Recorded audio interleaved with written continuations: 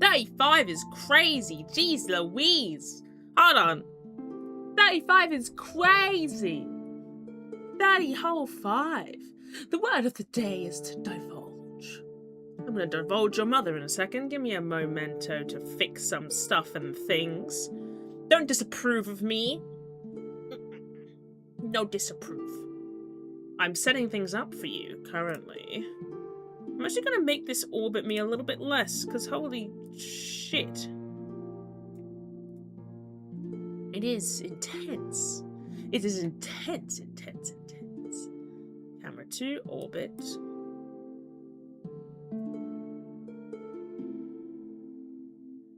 Control sensitivity. It's like my power of my body can move the entire world, the atmosphere. How is everybody doing? Hopefully good. I hope so, at least.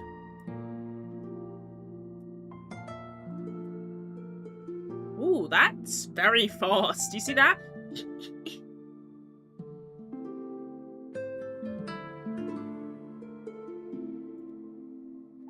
Or is that slower?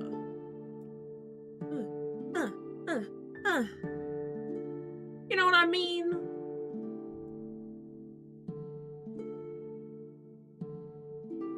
That's a little bit better. That's a little bit better.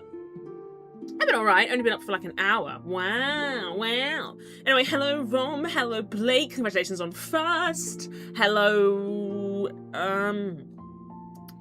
Mage. Hello Marin. I don't think I missed anybody. Hello Sarf. I'm gonna drink my coffee. Give me a second. Don't talk to me before I've had my... Don't talk before I have my coffee. As you can see, we're in a spooky dark house today. Spooky dark house. I feel like it would... a new environment would be fitting for reading some spooky vampire stuff. I feel like the feng shui is a little bit off. I mean, look at this shit. Look at this. Look at this. Hey, this is my house. My house. Congratulations so much on the 35 months. 35 months is crazy. 35 months is crazy. You see my hands over here? Hi. I can't turn towards... Hi. Spooky skeleton. Skeleton didn't go through. Refund scammed. I'm gonna touch you. Alright, let me refund. Good. 85 stream streak. Wow. We're in the Ghostwriter manor. Ooh, someone has been looking there doing references. Let me move you over to the actual scene where you can use your spooky ghosts and stuff. Thank you so much for bearing with.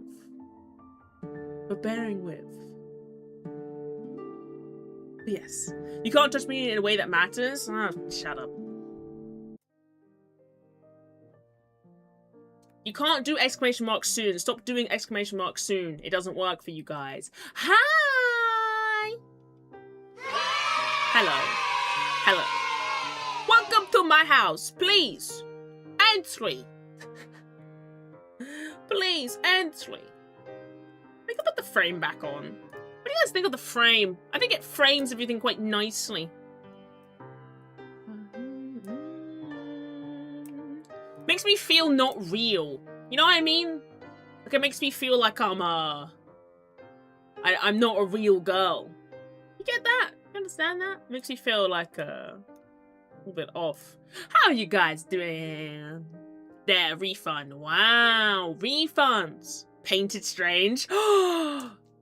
makes this feel like a flashback narration. Hello, welcome. It just needs the cinematic bars. I think flashback works for the MissedStrange stream. Man of Medan, do you like it? I kind of like it. I kind of like the stream being a little bit like fantastical, even by the sort of marks of VTubers. I've kind of removed the chat bubbles, sort of just for, I feel like it would make the overlay a bit too messy, but I'm thinking about adding them back to the pebs, so give me just a moment. to add them back to your Pebby selves. Just so you have a little bit of, on screen. Isn't this cool? Isn't this cool? Are you guys are you enjoying it? I'm enjoying it. It's kind of cool, isn't it? It's very cool. You're so cool, bestie. The Renoir theme! Disapprove. I need to move that. The Renoir theme! Shut up! Shut up! Shut up! I need to turn off something as well. Da, da, da.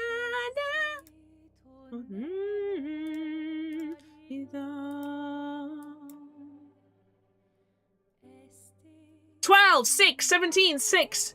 I think I'm going to roll an 11. Ah, 5. Oh well, close enough. Close enough. Do you enjoy the overlay? Do you enjoy the overlay? I enjoy it.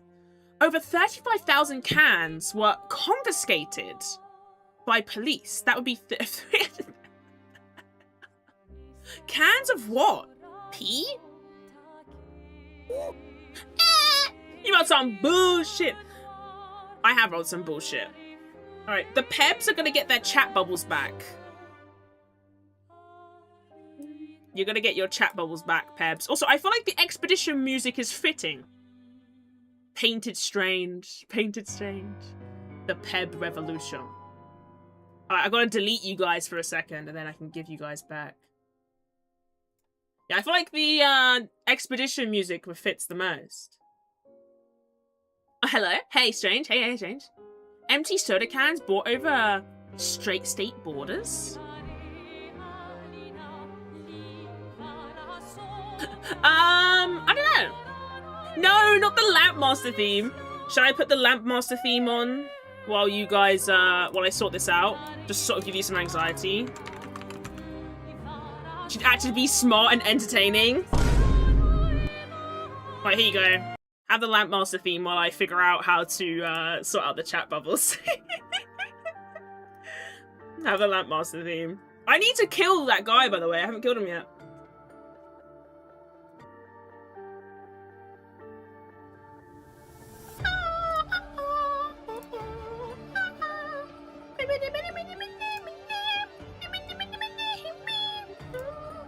It's such a good theme. I need to do it. Lampmaster theme, but every beat is slightly off key. Expedition 33 music is good, but you know what? The Pebs will revolutionize the world. Unless we get beat up by a well-dressed teenager with a sword. Revolutionize the world! Peb, you need to be slightly to the right. You need to be over here. You're ruining the feng shui. I taught myself how to play on my fiddle. It took 3 days of being obsessed with it. It's a good theme. Yeah, the Lampmaster theme. I've already read that message. I'm sorry. Yeah, Red One music works, but also, you know what else would work? Muji. I'm putting it in my copy paste, and I will check out what they have done. We're doing like a spooky dark vibe today. We're doing like a spooky, we're reading a vampire solo tabletop, so we need to do some spooky stuff. But you like my house? I bought it off eBay. So if you're gonna play for me when I'm just gonna visit and take me to Chick-fil-A or Bussey's or Greg's. There's no Greg's in the Americas, only UK. Fun fact, I'm drinking a Greg's coffee right now.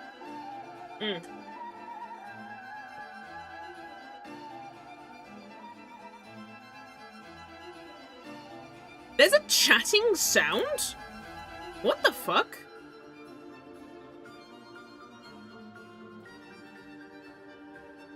There's a sound you can play.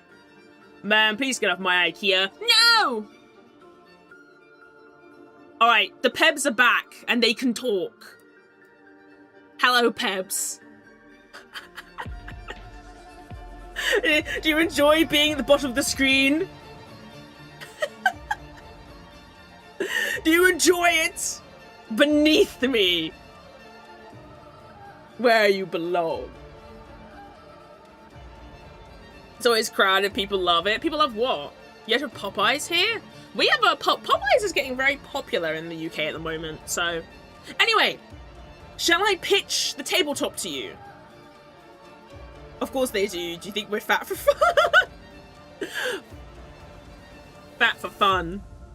Finally, we've been put in our place. Yes. Don't be mean to me. I will... You know what, I'm gonna do it now. And I was sure you were a bottom. You were wrong! Die! Anyway. Be mean to me, please don't. I was talking about the other day about how, like, I can imagine that some police officers, imagine, like, you know when, like, suspects are in the back of the car and they're like, you're a bitch and I hate you. I imagine there's some police officers that get off to that. Anyone else thought about that? No? Just me? Anyway, I'm gonna go with the music that Mage recommended. I found a playlist by Zip Storm. It is 12 hours and it is Muji. And we're gonna go with that. Do you guys want it to be louder or quieter? I think this is a good volume. Strange, you look beautiful. Aww. I always look beautiful. Thanks. Thank you. How are you doing, Andre? And how are you doing, oh my god, I can't remember your name, sorry. It's because everyone's got red, okay, everyone in chat has red usernames and I get them confused in my head. David, how are you doing? Sorry, I did see you, but everyone has red usernames and it hurts my eyes. Good volume, maybe like 2%, 2 to 3% more loud. Alright. Everyone change to green. Alright, Mage. Everyone, please don't change your chat colors. I'm used to transfer wrong. Stop! Stop changing your chat colors. Got it. Stop. No, this is not what I wanted. I wanted... I know you're gonna confuse me. Sure, you little hot witchy strangeness. What if his... Stop changing your chat colors. I associate you with your chat colors as well. Stop. Stop. This is a nightmare. Stop.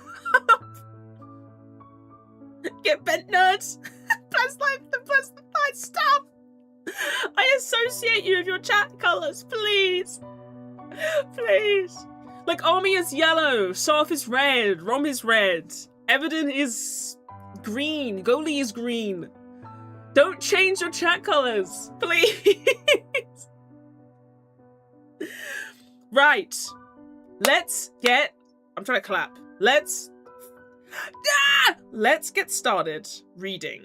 And I will give you guys the spooky pitch while I'm at it as well, okay? So we're gonna read, so today I'm trying to delve more into the world of solo tabletop RPGs. We're gonna read a solo tabletop that recently got updated. I believe this one, I can't remember the name of the creator. It's by Miracle M. Oh, it's by Mauro de Oliveira. Sorry if I fucked your name up, Mauro. I am so sorry. And the premise is very cool. Meme review. We're doing solo review. Change determines chat by color. How European of you.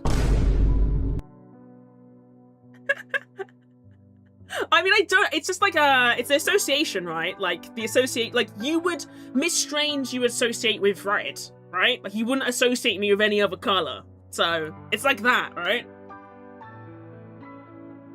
Which is ironic, because kind of before I started streaming, red was my least favorite color. By the way, this is not a sponsored stream. This is just me wanting to try something different and new. I was having a conversation with you guys yesterday about this, but also a conversation with a couple of friends of mine, and then also some people like in the content sphere. You never see people cover solo tabletop RPGs or play solo tabletop RPGs on stream. Now, could that be because it's really fucking boring? Possibly, but the thing is, I'm gonna do whatever the fuck I want. I think the idea, one of the things that we kind of had a through line with this year of content is getting overly attached to characters and dice rolls. And what could possibly be a better combination of the two, of me playing a solo tabletop on stream and watching me fail miserably to grasp onto life and sanity in a tabletop. Now I have a question have a question for folks at home. Have you guys ever played a solo tabletop? Or actually, a better question. Did you know they existed? Yeah. No. Yes, I've played one. Because I feel like it's one of the solo or co-op tabletops are one of the things that you don't really see often talked about. So I was kind of intrigued to see if people know anything about them. And if not, I can give you a brief introduction and explanation. I'm nerdy as fuck. I love solo. Really? I didn't know people knew a lot about solo stuff. Yes, attached to characters who are doomed. Yes, I feel like I just saw Major's message about wibbling a cat. Don't wibble that cat! Please! Don't wibble him! Please! But yeah, I kind of wanted to talk about solo tabletops a bit more because I was like, I feel like people don't know them, and I feel like what I like about solo tabletops is, number one, you can play them whenever the fuck you want if you're bored. Number two, they sort of make you purposely exercise your writing muscle. Also, this song is very intense, but very good. Yes, I play one? Nice. No, you never play a solo tabletop RPG. Okay. So, let me, without looking up anything, tell you about solo tabletops, because why not? Because that's my job. That's what I'm doing. This is flexing my teaching muscle. For those who remember when I used to do the teaching streams, I think I might do that again. So maybe this could be like a through line back into it. And thank you guys for voting. I appreciate it. So, a solo tabletop is basically exactly what you think it is, as opposed to assembling a group of people to play a game. You decided that you have no friends and it takes too long to schedule. So you decide to do a solo tabletop RPG. Solo tabletops, contrary to popular belief, do follow a rule set and a rule system, and instead of relying on a DM, you rely on dice rolls or something called an oracle. This song sounds like Expedition. It sounds like... in a good way. Anyway, sorry, getting distracted. You basically have, rather than referring to a DM to make up results and stuff, you refer to an oracle. An oracle is its own sort of like mechanical thing. You can have an oracle that is inbuilt into a system, or a generic oracle. When I play solo tabletops, I usually use a very generic oracle. Basically like something that determines stuff. You roll on a table, it's like, hey, you're gonna have to do this, write something to do with that. It's so cute seeing you genuinely happy and excited to talk about something. I'm always excited to talk about things. Stuff and things. I love stuff and things. Anyway. But a solo tabletop is basically just a means or a system to play RPGs by yourself.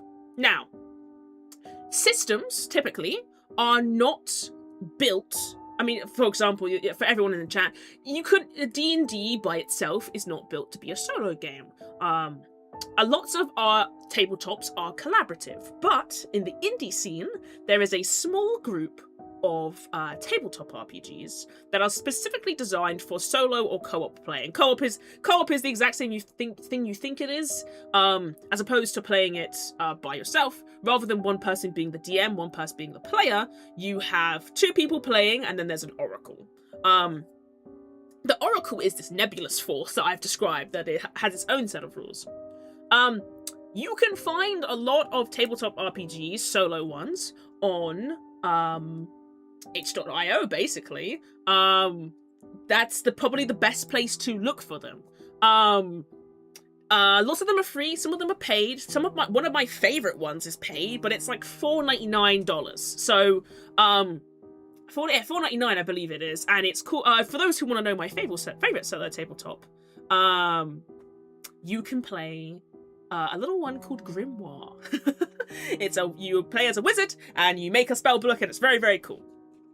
Typically, to play a solo tabletop RPG, I'm gonna call it solos just to not give myself word soup, is you need whatever the system tells you need. usually it's the same sort of stuff as D&D or anything else. So, for example, you might need a notebook, you might need a character sheet, you might need a pencil or a pen, you may need dice, most certainly you'll need dice. You'll need an oracle or an oracle system, which either the system itself will provide you or you will go and seek out, or you can use tarot cards and decks. Card decks are pretty common. If you don't own a card deck, they're pretty cheap, I'm pretty sure. I mean, the one that I got was like from a shitty like Play Store, and it was like maybe like £1. If not, then you can go online. I'm sure there's a card shuffler. Same with dice. You don't have to buy dice for this stuff. Don't buy things. Just use the cool online resources. Buy stuff if you're invested. You know? And if you don't want to write using notebook stuff, you can always type online, etc, etc. I tend to have a physical notebook for my tabletop RPGs, but I want to venture more into using Roll20 for my solos because I'm also quite familiar with it. Wait, tabletop D&D can be played solo? Yes! There are people who have specifically turned D&D from a group game to another game. Hey ChatGPT, be my oracle! I'm gonna give you a massive fucking disclaimer about ChatGPT being an oracle. Massive fat disclaimer. Also, Mage, this music is really good.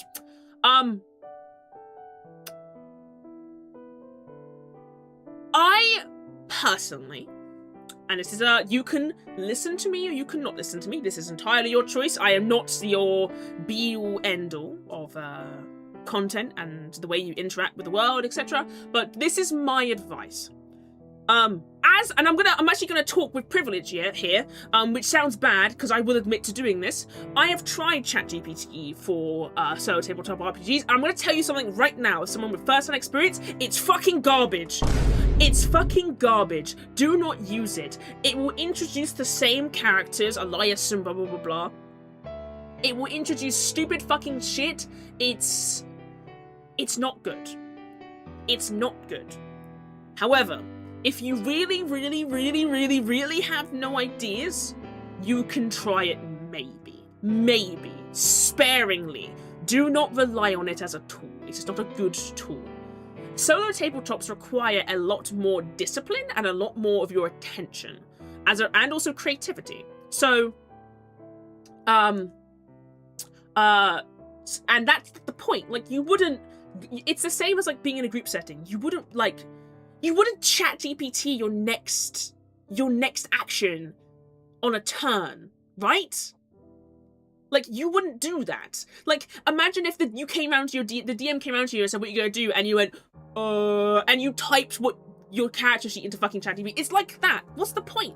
You know your character better than the bot does, even if you got the stupid fucking memory shit turned on. I'm just gonna tell you that right now. I tried it when I first tried solo tabletop RPGs. Didn't work. I thought it's only the game I played, like Disco Elysium, Esoteric Ebb. No! There's a lot of, I'm actually playing Esoteric Ebb at the moment, but yeah, there's a lot of tabletop RPGs that, can be turned into solo. Fuck it, maybe I'll write an article about it. I've been into writing articles recently on my, my alt account. Don't know why, I'm just into it. Anyway, I know this musician because of the creepypasta narratives of 2010s. I mean, it's good music. I'm always open to listening to different music and stuff, so thank you for picking such a good one. Also, Mage, you are right. This is the backdoor entry into Miss Class. I'm gonna turn into like a teaching VTuber. Citizen Sleeper would also be a solo tabletop. Yes! Citizen Sleeper, Esoteric Ebb, Disco Elysium, good examples of solo tabletop RPGs, albeit scripted and games. Chatbox are sycophantic, so they're not going to be good GMs. What does sycophantic mean in this context? I can't remember what the word sycophant means.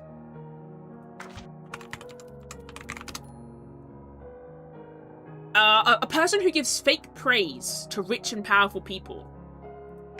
Ah, a suck-up. Damn! Evil coming in with the definition snipe. Real, hear me out. I tried asking ChatGPT for like 1 week about writing a story about my character, and let me tell you, it's terrible, as those books sold on Amazon. No,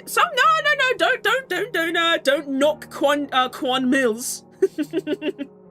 Hi, Stranger 3D. Hello. But yes, The tabletop I want to introduce you to, let me get up my tabs and everything, ladies and gentlemen. I want to introduce you to ELEGY.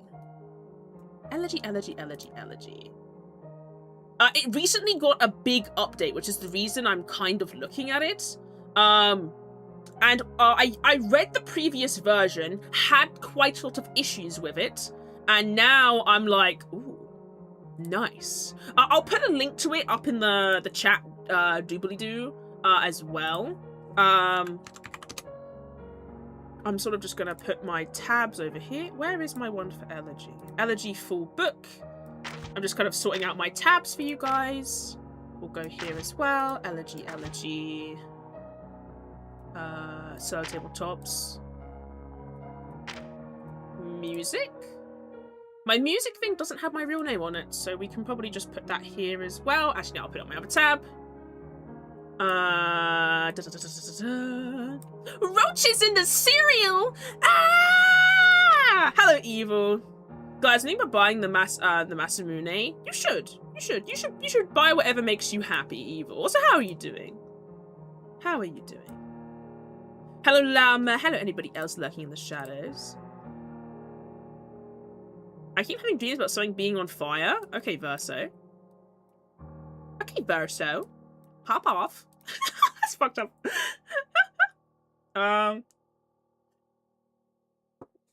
We are going to attempt to read the entirety of this.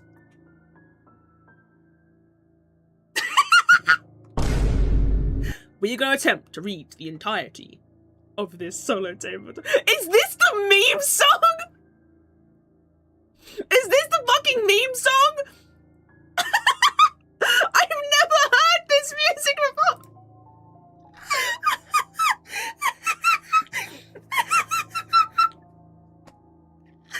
But then Evil Larry showed up. Fucking hell, that killed me. Jesus Christ.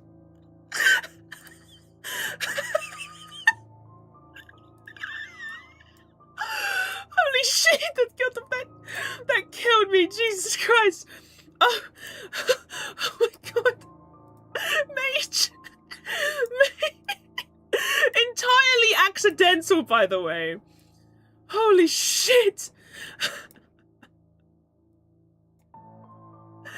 It comes back to Mune. I can't believe it. I can't fucking believe that we've encountered it. I can't believe it. Holy shit. Ding ding ding ding ding. I'm saving this song. Jesus Christ. 2010 Baby Ron would be shitting himself at night if he heard this soundtrack in a shitty Minecraft. Yeah, like in a Herobrine thing. We're gonna put the thingy here. We're gonna move up just a tad. Then we're gonna put some transparency. Put some white on it, Gromit! Put some opacity on it so it fits the aesthetic. Ooh, yeah. Ooh, yeah. Ooh, Evil Larry. Don't be scared of Evil Larry. Let Evil Larry be scared of you. You had to be there. Jenny just hit the thingy IRL when I heard it. Same. God, that fucking scared the fuck out of me. I purchased a couple City Cups last night. They had a City Man on them. Our cyborg Seiyu. Seiyu? Why don't you say so? Right, sorry. Mug. I'm reading our Major's message. I did not purchase things. Last thing I purchased was these headphones because you know, I needed them. Right. Let's get this roaster kicking. Thank you for bearing with while I figure out how to do things. I've never streamed before. Do you guys know this? I've never done anything like this before. Calm down. I'm not a cop. I'm not a cop. Oh, here you go. Here you go. Here you go. I'm more important than you, chat window. Go down. Why wouldn't you not go behind me? Oh, because, yeah, that's not how you work. I'm so stupid. Okay. Guys, did you know that you could become a vampire? Did you guys know that you could do that? that with this technology you can become a vampire. Let's read the prelim to all this shit. Let me get rid of this. Let me get rid of this.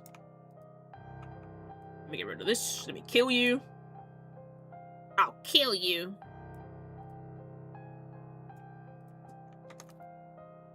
Right. Vampire stuff. Oh my god, I can shine under the moonlight. Exactly. Wait, have I seen your 3D model? It's cute. Hello, Ita. Hello. We're talking about vampire stuff. Let me very quickly put the link to Elegy to you guys. Hello, Cheese. Hag Vampire. Hold on! Cool solo TTRPG we are talking about today.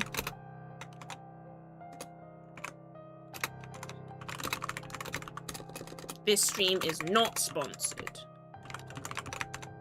Yeah, this is not sponsored. I wish it was! But it's not. Did I hear vampire? Well, exactly talking about them because we're reading a solo tabletop RPG today called Elegy. So, let me get my best reading out voice for this. My best.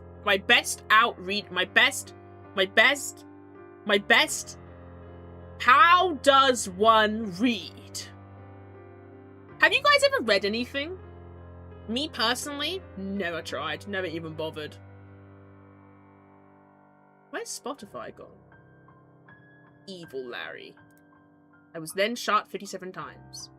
Haunted by screams. Whoa, ominous, ominous. I tried to avoid reading. Good.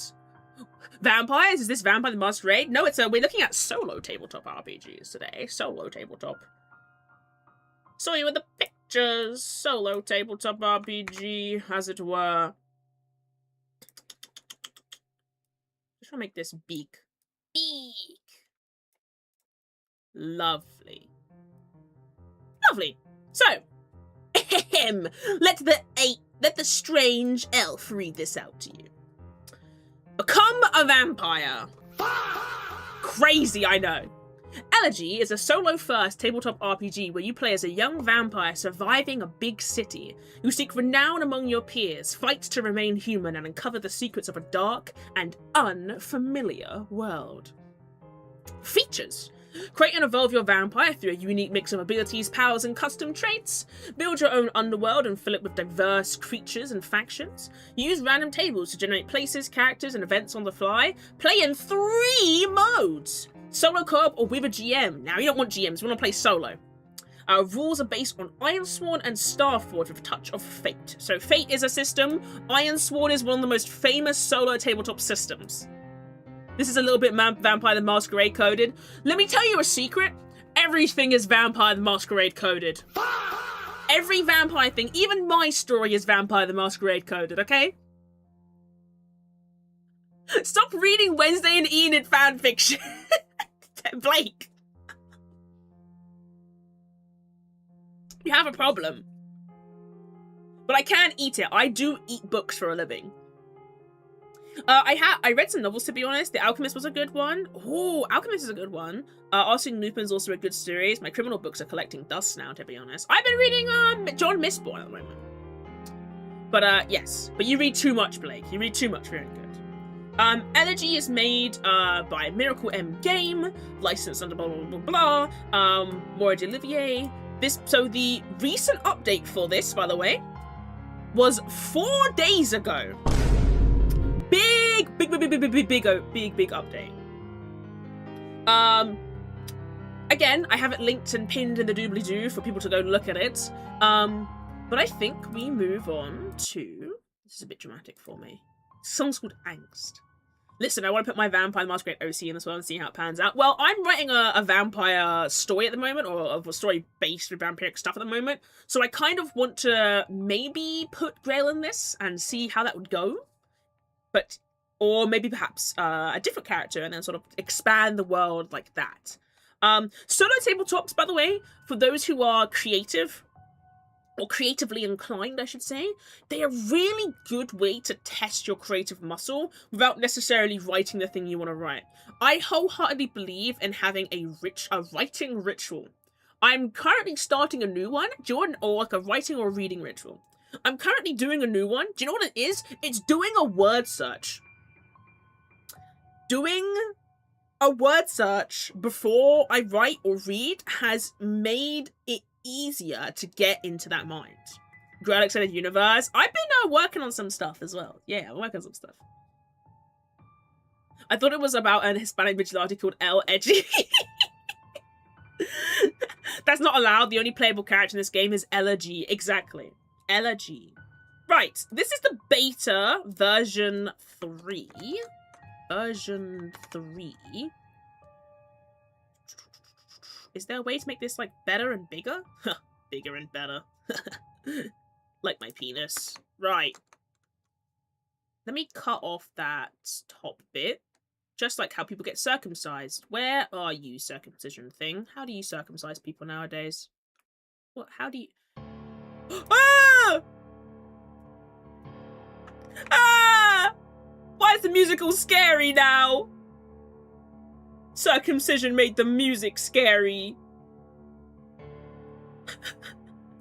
Circumcising music makes things scary.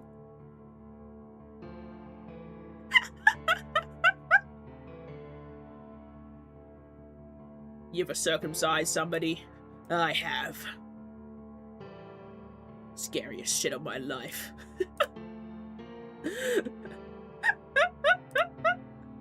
Anyway. This is ELEGY. You play as ELEGY. Yeah, I made the rules. That's just how we gotta play. Right. I do not recommend this recommendation. It's got to don't say his change of music will forever be funny. Ah! Me when the scary song comes on. She's got a 12-incher. 12-incher? Do I? Damn, this is news to me. Number one, I have to say, this art is really fucking pretty. Is it just me? Am I bugging? This is really, really pretty. I really like it, actually. Is it readable and legible to you guys? I kind of get concerned that some of my streams are not readable when I, like, go and look at them. If not, I will be reading stuff out and everything, so do not worry.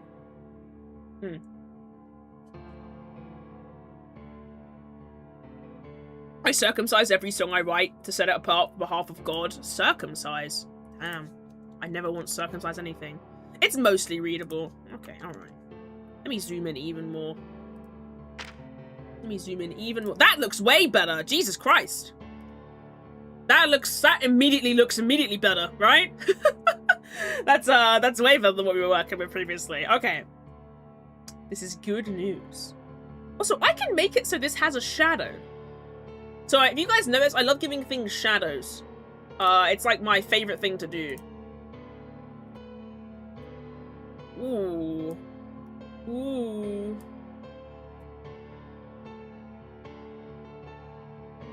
Ooh. Ooh. Ooh.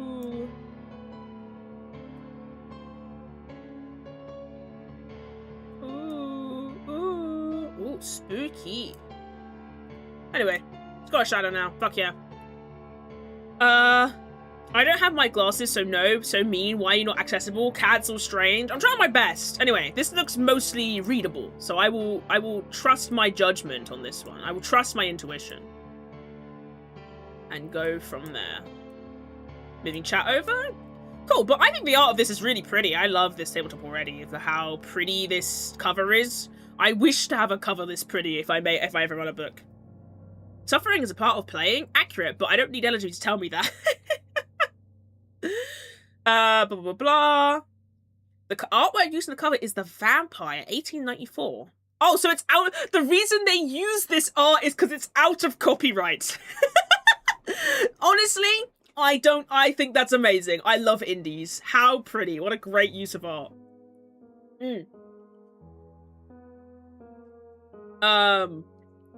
Okay, my Miracle M, rules, writing, and design, and layouting by Maura D'Olivier. You are very goated. Maura, you are very, very goated. I love that for you. I've never seen this logo before. Interesting. Anyway. So, this has... It's 194 pages. So, we probably will get through it quite fast. I'm quite a fast reader, so I thought it'd look a little bit like public domain, but well found anyways. I mean, yeah, it's definitely not just the. I mean, obviously they've edited it and made it look really nice. So yeah, it's good shout.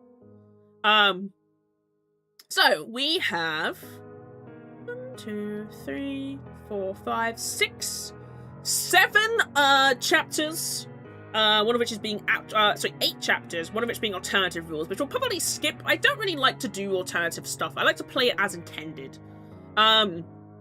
But yeah, solo tabletops are pretty...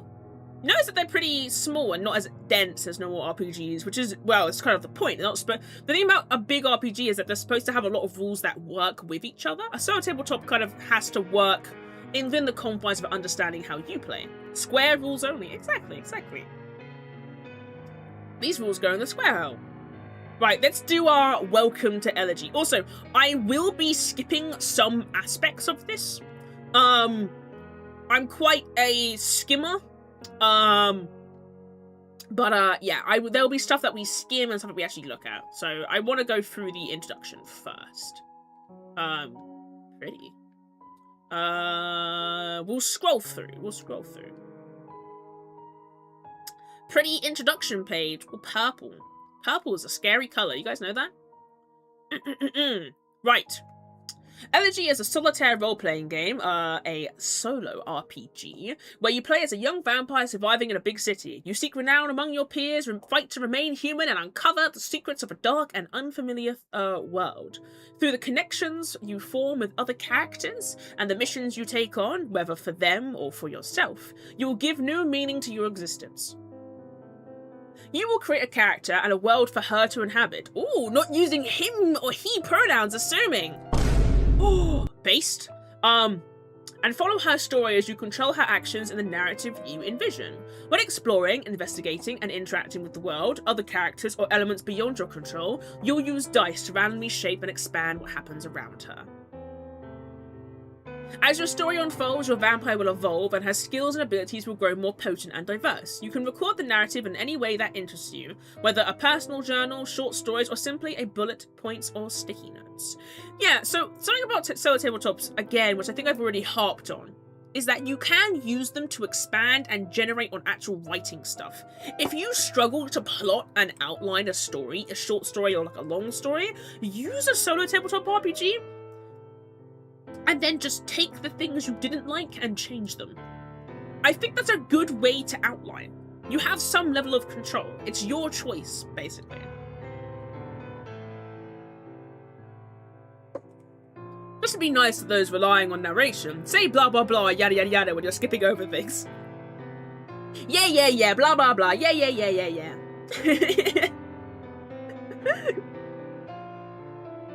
Right. ELEGY is primarily a solo game, but you can play with others if you wish. There are 2 multiplayer modes. 2?!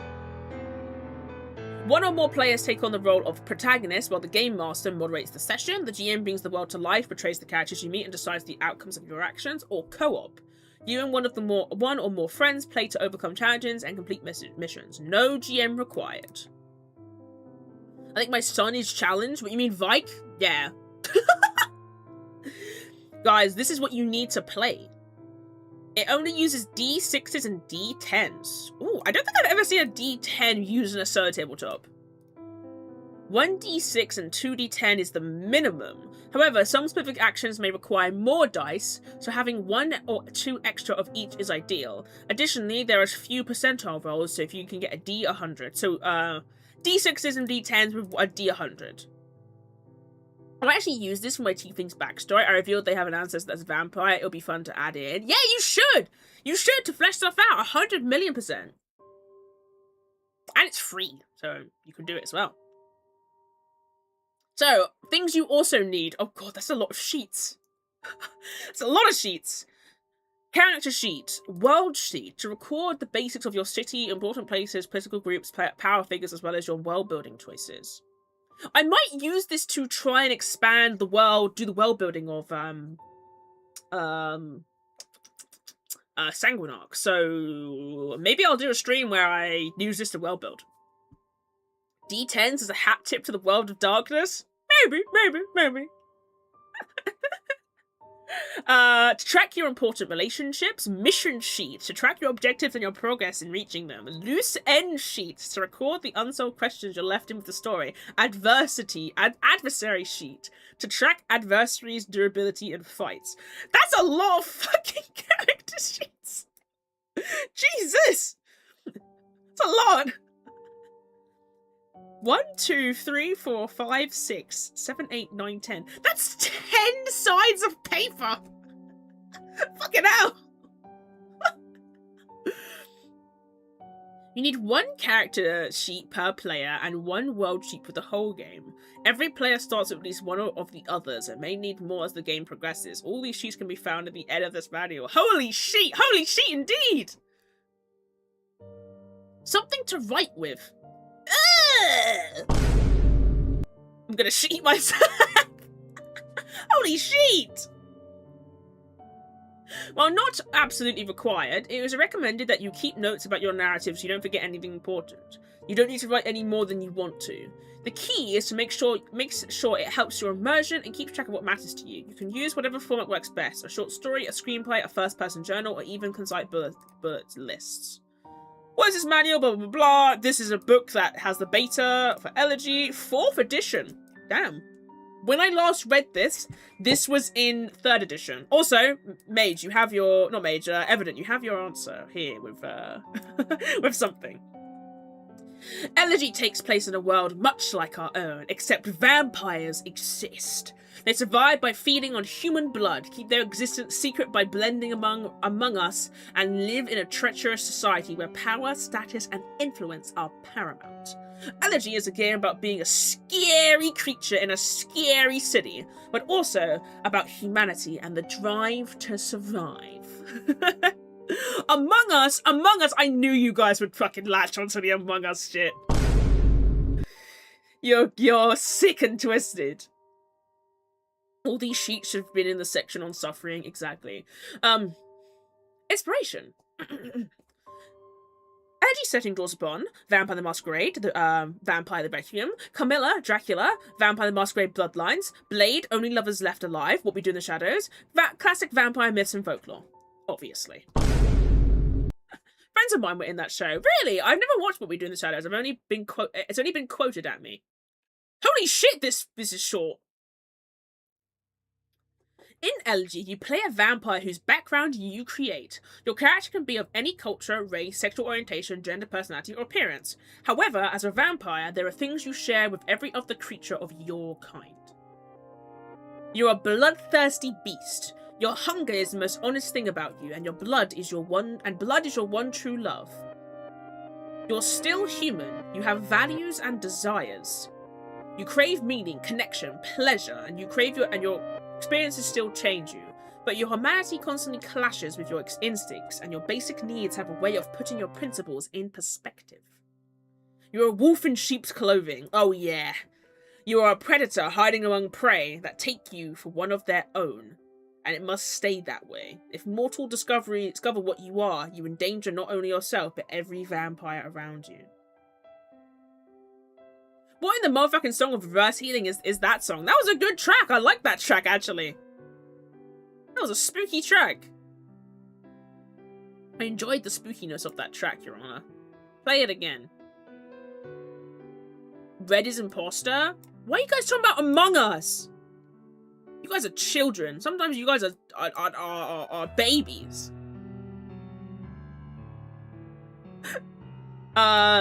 You're young and inexperienced. No matter how long you lived as a mortal, your unlife only started a year ago. Damn, I'm a little baby vampire, little baby man. You're a cool creature of the night. Being a vampire feels good. Hardly any living human can harm or overpower you. You are an apex predator. I don't want to be a predator! Your mortal fears are gone and you've never felt so free, driven and secure. You can rely on yourself when things get dangerous, difficult or scary. Also, yes, stop changing your colour! I'm getting confused! I'm getting scared!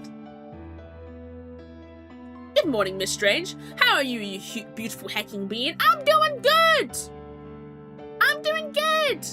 I'm reading. I'm currently reading a solo tabletop RPG to my lovely followers who are currently changing their chat colors and confusing the fuck out of me. How are you doing? Also, ironically, something very funny, Armia is running that Vampire the Masquerade, V6 thing? The new edition of it. I had no interest in playing that, because I've never played Vampire the Masquerade. I was like, sorry, I'm not interested in playing Vampire the Masquerade. Weird, we're both doing vampire stuff on the same day. Modern vampires are just buying virgin blood off eBay. Yeah. Yami's doing Vampire Masquerade playtest right now. Damn. Anyway, how to play. How to play the game. I don't give a fuck, teacher. Right. ELEGY works on 2 levels, mechanics and narrative. The mechanics are the gamey part, involving dice and resources like rush or health. The narrative is the story part, what your character does, what happens around them, and how plot unfolds. The 2 work together. Your narrative flows freely until it hits a moment that needs a mechanical resolution. Once resolved, the dice outcome shapes what happens next. Asking the Oracle. When you have questions about what happens next, what you discover, or how a character responds, you may also go with what feels right and pick the most obvious or interesting result.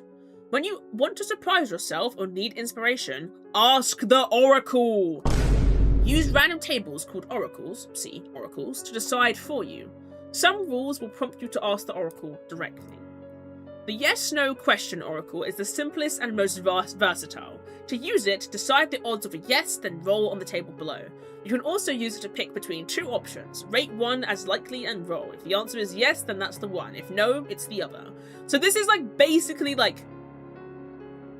this is basically your most basic form of an oracle ever. It's all up to your determination, the way an oracle works. I recommend either being 1, really nice to yourself, or 2, really mean. Do you want to be the Elden Ring of your campaign, or do you want to be the fucking Hello Kitty Island Adventure? You know what I mean? Pick between what you want to play when you start. These systems do not favor indecisive people. Choose how decisive you want your stuff to be before you go through. I pick Fields of Mystery. Fields of Mystery is quite forgiving and they're still going into the mines. Fuck that place. Anyway. Elden Kitty Ring Adventure. Damn. Elden Kitty Island Adventure. Right. Alright, these are just character basics. This is just boring shit. Look and vibes. Occupation, real age, apparent age, progenitor, the vampire who turned you, possessions, and home. This is really basic. I don't need to walk you through how to make a character. This is just, you fill it in. Here we go. Let's see what they call the attributes in this game. Body, mind, charm, and soul. The higher the score of an attribute, the more likely you are to succeed in related actions. Okay. Good thing it's not strength dex at the moment. That's good. So body is physical strength, resistance, agility, and coordination. Mind is intelligence, sharpness, resolve, application of knowledge, investigative, places or people, to resist, despair, and horror. So it's kind of an all-encompassing will check, basically. Will and knowledge. Mystery is forgiving until 2 AM, so it would probably be a harsh vampire oracle. I mean, I like the idea of trying to play this on stream at some point. Strange, can you walk me through how to make a character?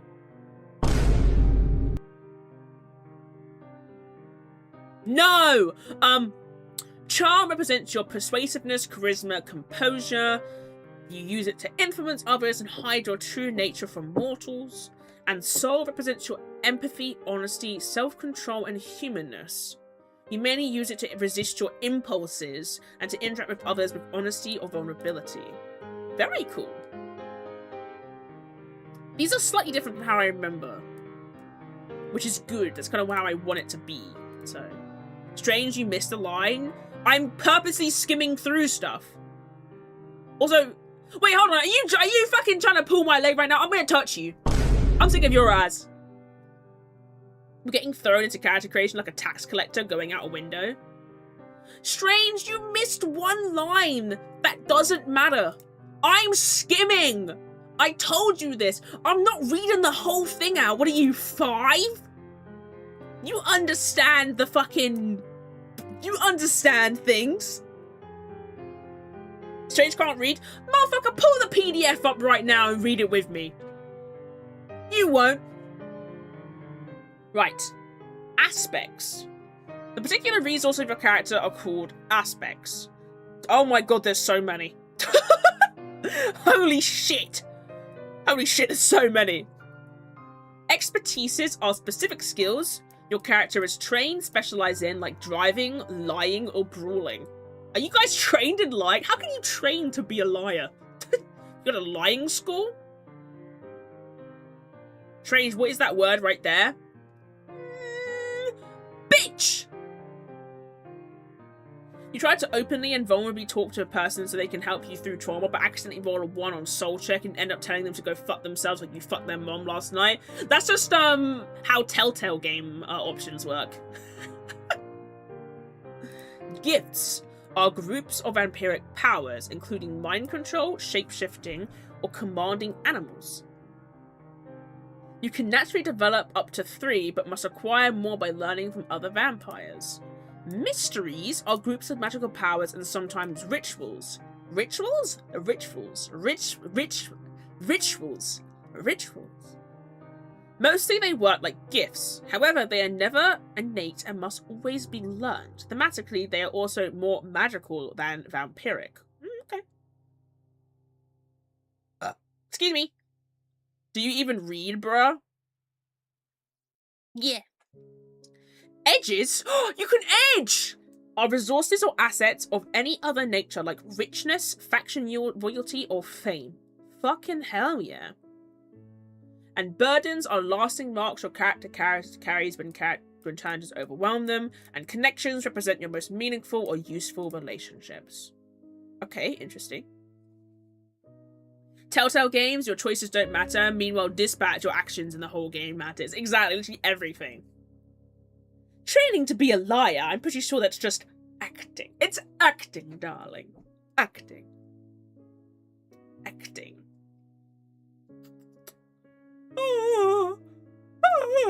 Big yawn. Aside from this starting ability, you may acquire 3 or more for each. Aside from this, I just skipped everything. I skipped so much stuff. Jesus. Calling it connections instead of goons. 0 out of 10. I'm not calling my friends my goons.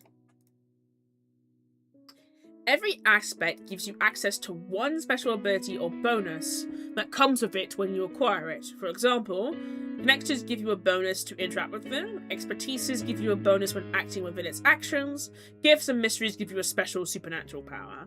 Aside from this starting ability, you may acquire 3 or more for each aspect as your character evolves. These more advanced abilities are diverse and completely unique to each aspect. Evolving. Deeper connections, experience XP. XP! XP can be spent to upgrade your aspects or acquire new ones. See the experience section for details. 2 types of aspects follow their own rules and never acquired of XP. Connections develop through their own progress track, and burdens are marked when the fiction demands it. Okay, so apart from connections and burdens, you gain XP for everything else. Cool. Damn, Strange doesn't call her friends the Goon Squad. I call my friends my friends. Gooning isn't a part of it. Narrative requirements. When you add an aspect to your character, consider the narrative justification. What have you done to gain this ability? How have your goals shifted to support this new focus? Your choice should be meaningful in the context of your story. The narrative may also cut some against your aspects. Ooh, sometimes you'll be in a situation where you can't leverage a key ability, and that's the part what makes the story dramatic. Before you act, make sure you're positioned and equipped to use the aspect you're relying on. Strange goons to friends, or sometimes she says that, I don't know. I don't goon to my friends! I will never goon to my friends. My friends don't deserve that. Maybe, I don't know. Now you're making me confused. Honestly, Vike's challenged existence might be a learned behavior from Inko. Inko does do some crazy stuff, but Vike... be a little bit weird too. I've seen that cat do weird stuff. Did I jump scare you? No. Yeah, I bet I did. Nope, you didn't jump scare me. I'm a big girl. Money. For a human predator, money is easy to acquire and often unnecessary. What's the point of having it be a thing? Many vampires get by on their powers alone, paying debts or trading favors through missions. Assume you always have enough money. Yo! You don't have to track money in this game. You're just rich. We're rich. D&D without money. Hell yeah!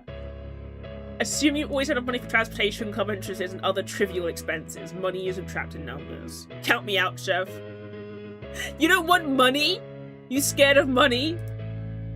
I need my dose of capitalism. Well, if you think about it, blood is a currency. Blood is a currency. If I were a rich man. Alright, conditions. Oh my god, there's so many conditions. Do I just skip this? Enduring consequences your character faces when her limits are tested. How long a condition lasts varies. Wounded, mangled, scarred. Shocked, tormented, traumatized. Starving, enraged, torpid. Detached, penitent, belated. Caution, discredited, brand. I'm gonna come back to conditions. I don't feel like these will be relevant until they come up. I feel like they're pretty self-explanatory. Other characters. Nah, fuck that, we're playing solo. Alright, action dice.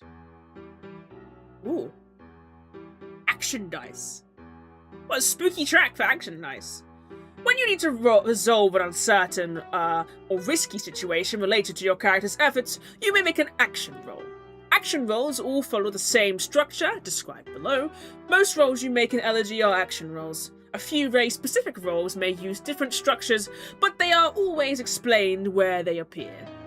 To make an action roll your action die, 1d6, and 2 challenge die, 2d10. Then add the value of appropriate attribute for this action. When rules tell you to roll with an attribute, that's the one you add. Or the cumulative value of any other bonus you may have from aspects or previous rolls. I feel like I'm in I'm explaining a tutorial to you in a in like a Fallout style radio fashion. Then compare your action score to each challenge die individually. Your action score must be greater, not equal, than the challenge die to beat it. So you get 1 success from this. Cuphead tutorial, basically that's how the music makes me feel. So you need to roll. Oh! So this system does not, you know how D&D, it's meets it, beats it? This system doesn't do meets it, beats it. You have to physically beat. So if you rolled, for example, a 2 on the action score with your D6, you would not beat the roll. You have to get better than it. Love that. Love that. So there are 3 types of success. So if you fuck up your fault, gang, oh, that's very simplified, then it's good. I do prefer systems. So I'm going to be running a Wilderfeast game at some point. I do prefer systems that have like a success die thing. I really enjoyed playing Hunter the Reckoning of Armia because I'd never really played a tabletop like that before. And I really did enjoy like the success part of it. Like I prefer that to D&D where it's just, yeah, you roll, you meet the number. It adds kind of like an intrigue to it that I kind of enjoy. Especially as somebody who's only really played D&D 5e and maybe Monster of the Week, which is kind of similar. I do enjoy the pass or fail roll that World of Darkness has. Yes, I do enjoy that. I want to sort of step more into that. The result of your roll depends on how many challenge die your action score beat. So there are 3 types. So stylish, you get what you want. Flat is what you get what you want, but with side effects, reduced effectiveness or a moderate cost. And if you beat neither, it's a failure. Your assumptions were wrong, a brief triumph costs too much, or you simply fail. I like that. I like that a failure, you can, what is the term called? I think me and, my partner were talking about it. Fail forward. You still might succeed what you want to do, but the cost is greater. Error, task fails successfully. I like that, especially for a solo, to kind of emphasize that point. Kind of really do enjoy that aspect.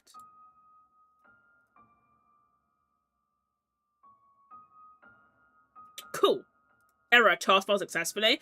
I think this lends definitely to a solo, but I have seen some other systems do this. Okay. Ooh, okay. Ooh, okay, it has something else I like. Rush represents your inertia and confidence and how sure you are of your actions. The value ranges from -6 to +10. That seems very arbitrary. You can use Rush to improve the results of an action roll. After making one, if your Rush is higher than your action score, you may cool your Rush to replace your action score with your current Rush value. Oh, so it's like a portent. Okay. When you do so, reset your Rush to the value of your base Rush, +2 by default. Hold on. If your Rush is higher than your action score, you may cool your Rush to replace your action score with your current Rush value.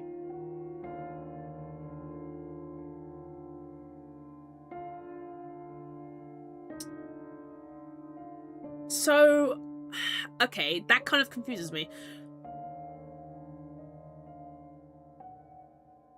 If your Rush is higher than your action score, you may cool your Rush to replace your action score with your current Rush value. When you do so, reset your Rush to the value of your base Rush. To the value of your base Rush 2 + 2 by default. If this value, as well as your max Rush, may change when a character uses certain abilities or is transformed through her experiences. So if I'm confident I can't roll below my confidence level, that's not what it is.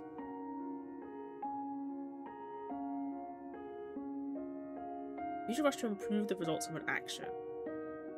Of the making... Because I thought that, like, the +2 is the bit that's confusing me. So I think the idea is that you'll gain Rush naturally throughout the game.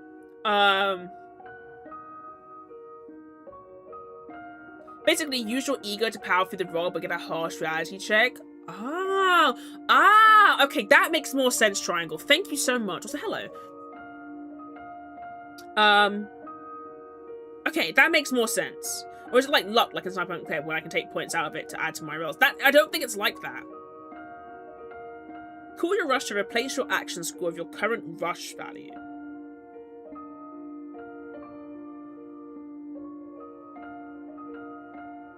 Is Rush misunderstood? Complex has become worse. Yeah, so it's you can gain more successes, but it has a consequence. Cool. I kind of get that. I might have to see... Sometimes with solo tabletops, especially for me, I don't find this happens in big tabletops as much, but with solos, I have to see it in action. Can I get an example? I can't give you one because I don't fucking have one. I have to see it in action. So this might be a thing I kind of try. Disapprove? I'll touch you.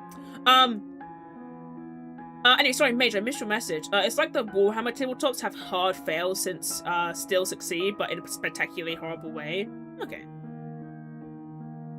When a rule tells you to pay the price, choose a fitting consequence on the table below, or roll to decide at random.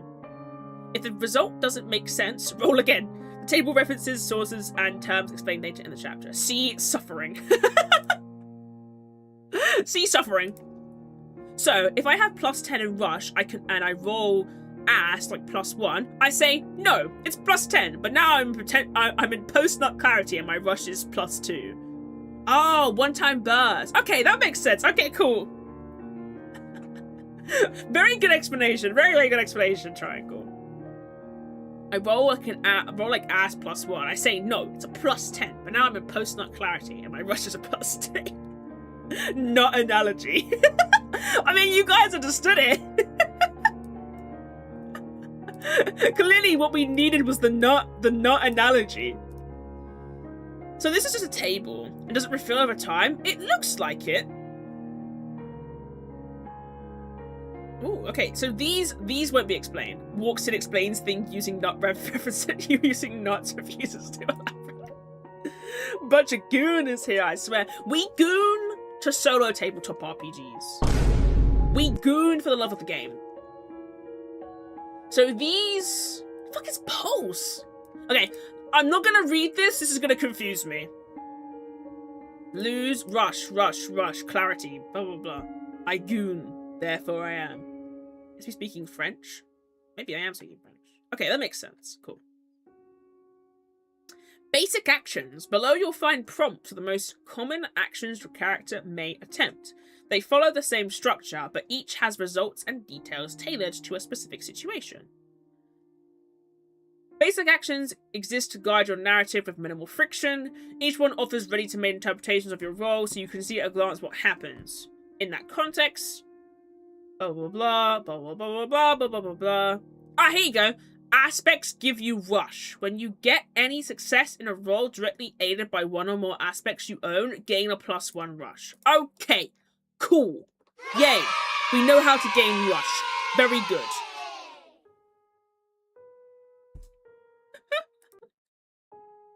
Cool.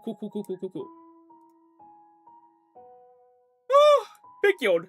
Okay, so these are the base actions. So, face danger. When you attempt something risky or react to an imminent threat, envision your action and roll with the most appropriate attribute. I spy aspect. Is this fate derived? Yes, this is fate derived. A little bit. It's more based on Iron Sworn, but they did say that some fate is in this. Strange. Yeah. Wait, sorry, 96 to 0 is really rough. Wow. Roll twice! You rolled 2 dice. What the fuck? Nothing, I forgot I was gonna ask. You piss me off, you do. So, it seems like these are the base actions. I'm just gonna read the taglines of them. This is pretty easy. Okay, this makes sense. When you attempt something risky or react to an imminent threat, and then it gives you the results. So, for example, if I were to attempt to charm somebody who was perhaps very hot and sexy, but also very dangerous, I would use charm, and then if I do it, I gain +1 rush with a style success. If I flat succeed, I pay a price. So, like, I think a good example will be, like, they leverage me for something, or I fail, and they fucking crack my fucking skull in or some shit. Cool.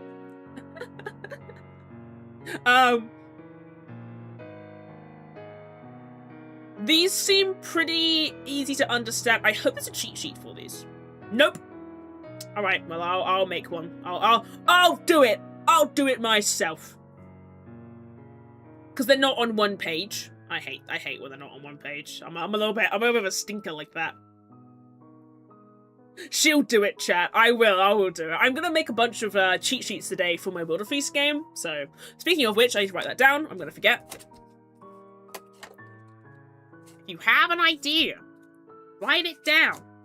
Otherwise, you will get the overwhelming urge to kill yourself.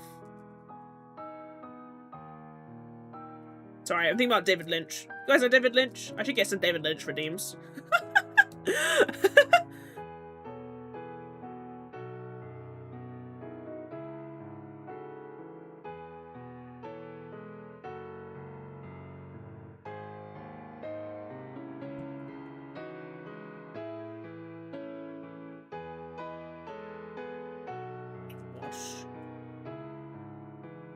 Cool. I've got all my chores laid out now. So when I go away, I will do my chores. Lol. I'm glad you're happy, Soph. Aww. I'm glad. You know, it does remind me a lot of how in Red, if you roll a crit, it's not automatic success. Most rolls are done with D10. If you roll 10, you roll again and add the value to the original roll. Same with rolling 1. You roll again, subtract however much you rolled. I like that. I never played... I do actually own the starter set. For thingy. But yes.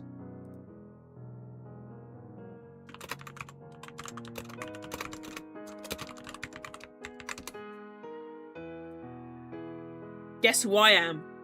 Soft. Stop changing your colour. I commented once at uni that I wanted to have my writing have the storytelling flares of Lynch or Hitchcock. Lloyd Gamma... Who? What are you talking about?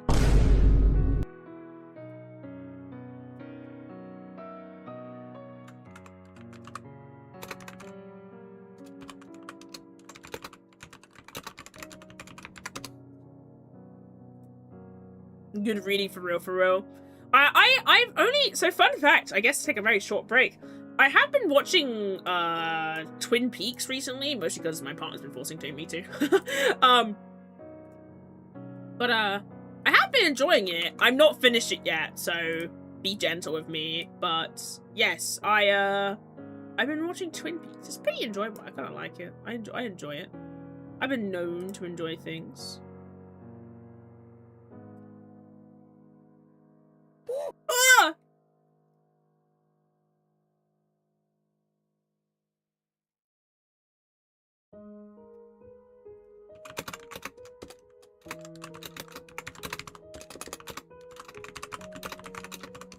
Okay, sorry, I'm just replying to some messages really quickly.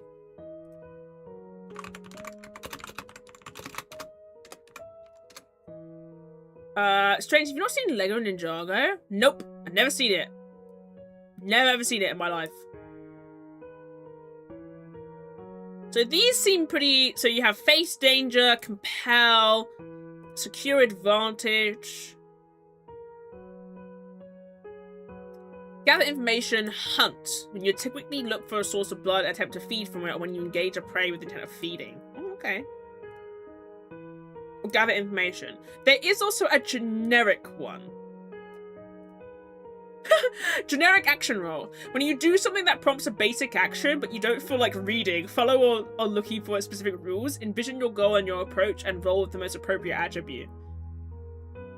And then these have their own thing to them. Okay, so if you just don't want to read all of this shit, you can just do generics instead as well. Like that. Matches.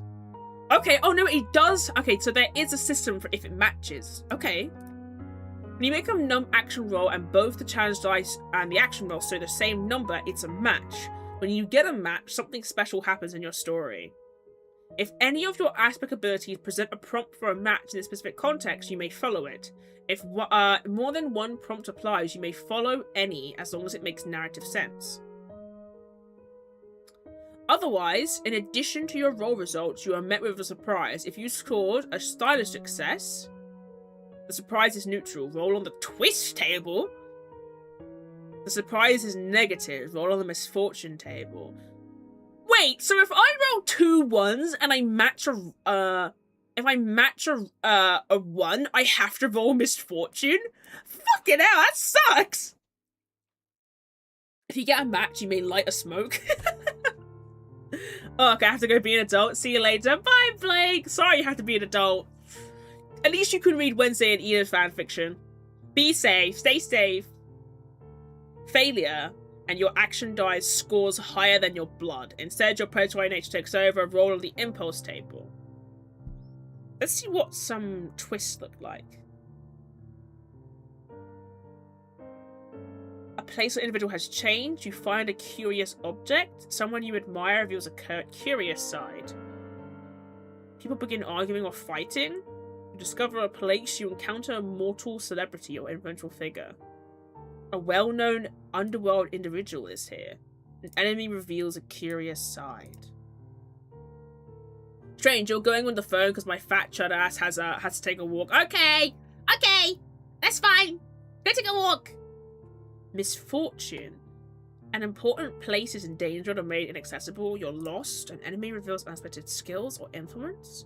Enemy or hostile creature appears. You are being watched. Someone you admire reveals a nasty side. Something valuable is lost, broken, or rendered useless. And then impulse. Strange, you're going on the speaker so I can lounge my candlelit bath in peace. Okay, that's fine, I guess.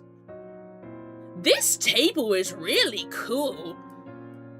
It's a very cool table. I like it. I like it a lot, actually. I really do enjoy this table.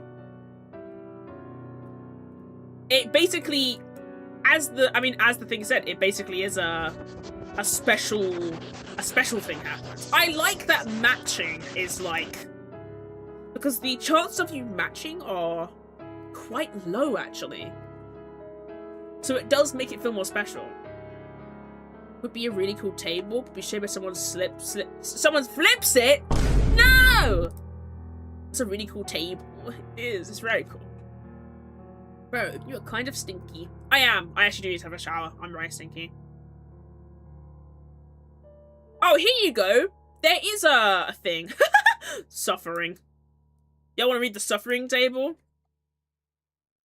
Strange, I'm in your plumbing now. There's all supposed to be wires in here. Help. No, it's fine. It's fine. You're good.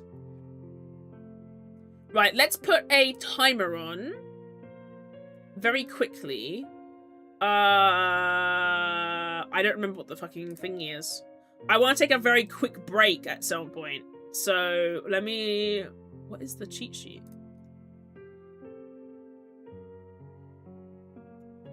Exclamation mark.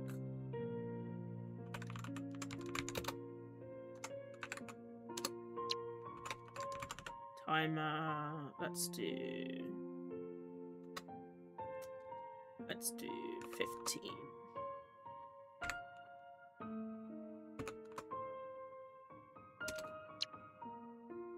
Lovely. Pomo timer should have started. We have 15 minutes till the timer yells at us, chat. So we'll put the timer on and then I'll go take a break at that point. Lovely jubbly. Lovely jubbly, lovely jubbly. Thanks, Pomo timer. You have a 10% chance to roll a match anytime you roll, actually. 10% still pretty... I mean, again, the chance of it is still pretty low, so... Anyway, you're welcome. Fiction first. Okay, these are basically just advice on how to do stuff. So, don't roll for everything. Make rolls matter. Rolls from aspect abilities, which we kind of already know about. Zooming in and out. Even in time-sensitive scenarios like combat, you can manipulate focus and flow. A single roll might represent a decisive blow or flurry of action leading to a turning point. Combat isn't confined to strict rounds. Let the narrative dictate the pace. Time is fluid. If a moment adds to your story, focus on it. If it doesn't, abstract it. Take what you want, leave what you... Take what you want, leave what you don't want, basically. Which is advice I give to everybody on pretty much everything. We're not doing this because we're not playing with people. Rolls from aspect abilities. Rolls prompted by an aspect abilities follow all action rolls. Unless stated otherwise. If only some results are specified, resolve the others as normal. Bonuses and resources you gain from aspects are cumulative and add to the roll result. Oh, spooky. And this is basically the cheat sheet for how that works. Cool. Easy. Don't roll for everything. Don't let your game jump from role to role without roleplay, world-building, or storytelling. If you're doing something safe and certain, it doesn't need an action roll. If you'd rather gloss over something, do it. Action rolls offer both risks and rewards. It's your decision whether to take the risk for a possible benefit. I like this. I like this advice. Like, don't get in the habit of playing a solo tabletop as if you would play D&D. It's probably a good way to basically give that advice as well. This is a nice cheat sheet. Anyway, there's a section called Suffering. Let's read it. As your character faces hardships or the negative consequence of her actions, you may lose rush. We've already looked at losing rush. Lose health. Lose clarity. If enduring despair, horror, and mental imbalance, lose blood. If using the supernatural abilities of her blood, try your standing. If violating the laws and customs of the underworld, or try your conscience. If performing extreme things like taking a human life. Interesting. Your character tracks two kinds of suffering, resources and tenants. So, resources are meters that deplete your character. Deplete as your character endures punishment. When you lose a resource, lower its meter in accordance with the nature of the situation. When a meter is at 0 and you would lose more, you risk suffering enduring consequential conditions, which we kind of glossed over, or reaching the end of your story. Permanent conditions are called burdens and are a type of aspect that can later upgrade. Soundtrack just fitting with the mood right now. Yeah, it is. The soundtrack, the OST has been popping off. Let's not lie. Tenants have no meter. Yeah, these last two. Instead, you roll to hold onto them only when specific challenges arise. Committing an atrocity tries your conscience. Violating the customs of the underworld tries your standing. On a failure, you suffer conditions in the same way. Okay, so it's just... So, yeah, so losing is resources, trying is tenants. That makes sense. That's pretty easy to understand. Miyu is great. I often listen to him to get inspiration. It's a good OST. There are a lot of resources. Holy shit. That's a lot of resources.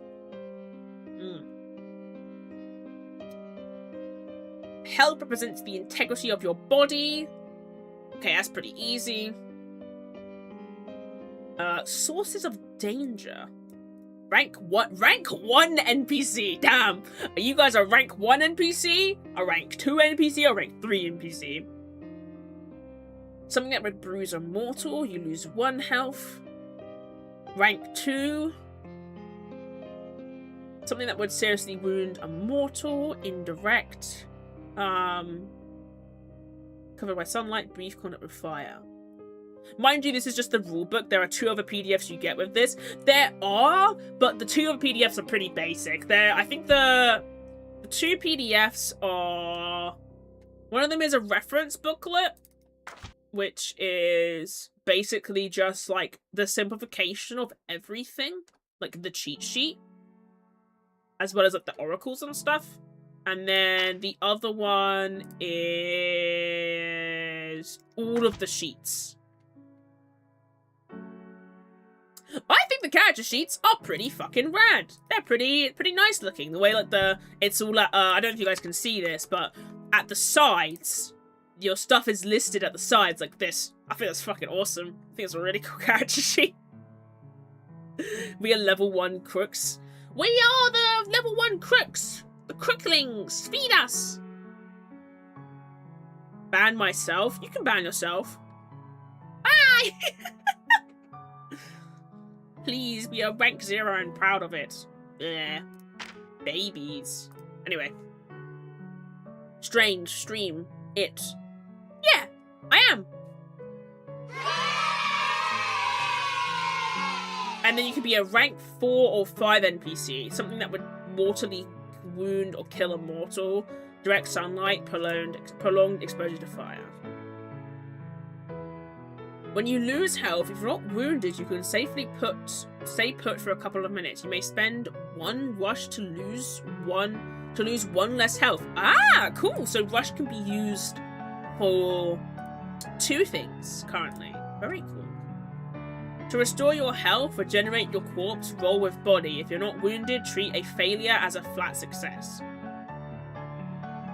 If you're wounded, clear the condition and gain 2 health, otherwise gain 3. Flat success, also lose 1 blood as a flat success, but choose... Oh, so basically, you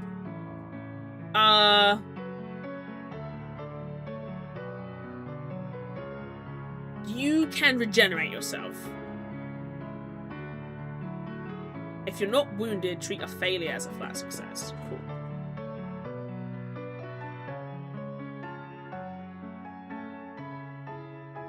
But wait, to restore your health, generate your corpse, roll with body. If not wounded, treat a failure as a flat success. So if you're wounded, clear the condition and gain 2 health, otherwise gain 3.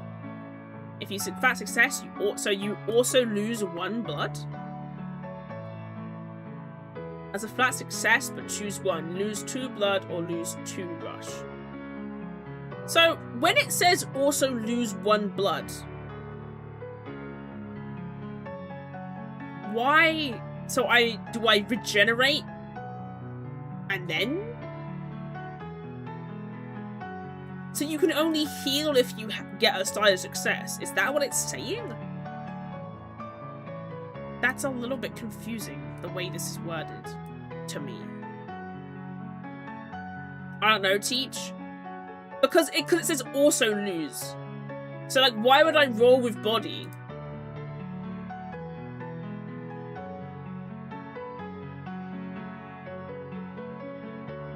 That seems strange. That seems odd.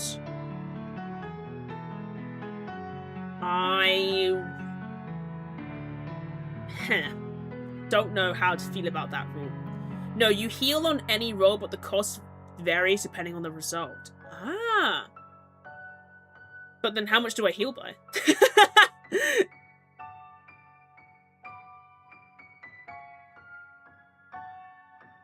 So do I heal based on the successes that I get from body?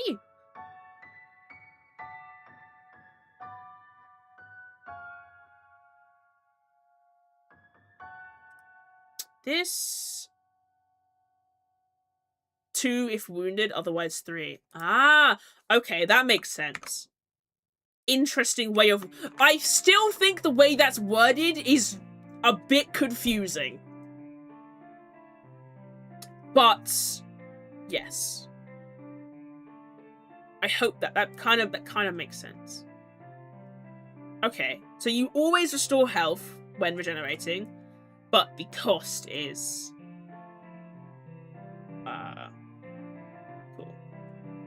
It was probably 2 AM, give some slack. No! This is the 4th edition of ELEGY. At 0 health, when you have 0 health and lose more, you suffer the first unmarked condition in the cascade below. Yeah. Yeah, they need to put heal 3 above the result and word size success as you heal for free. Yeah, they really do. That's one of my one of my big critiques currently. Like, that doesn't make any sense to me. And like, because sometimes when I read things, I'm trying to not be an ass about them. Like especially when I notice like mistakes and stuff, that wouldn't read well to. Basically, the way that I read stuff, especially when I'm close reading, is. If I was stupid, would I understand what that means? Like, if I was tired, if it was 3 AM, would I understand that? Thanks for the hydrates, guys. Water. Hey, Jack, we are playing ROM TTRPG. Roll for whatever I jump this puddle. I don't think you're gonna be able to jump it, man. I don't think you'll make it. Right. We've already seen this. The conditions. Wounded, mangled, scarred. Basically, when you're wounded,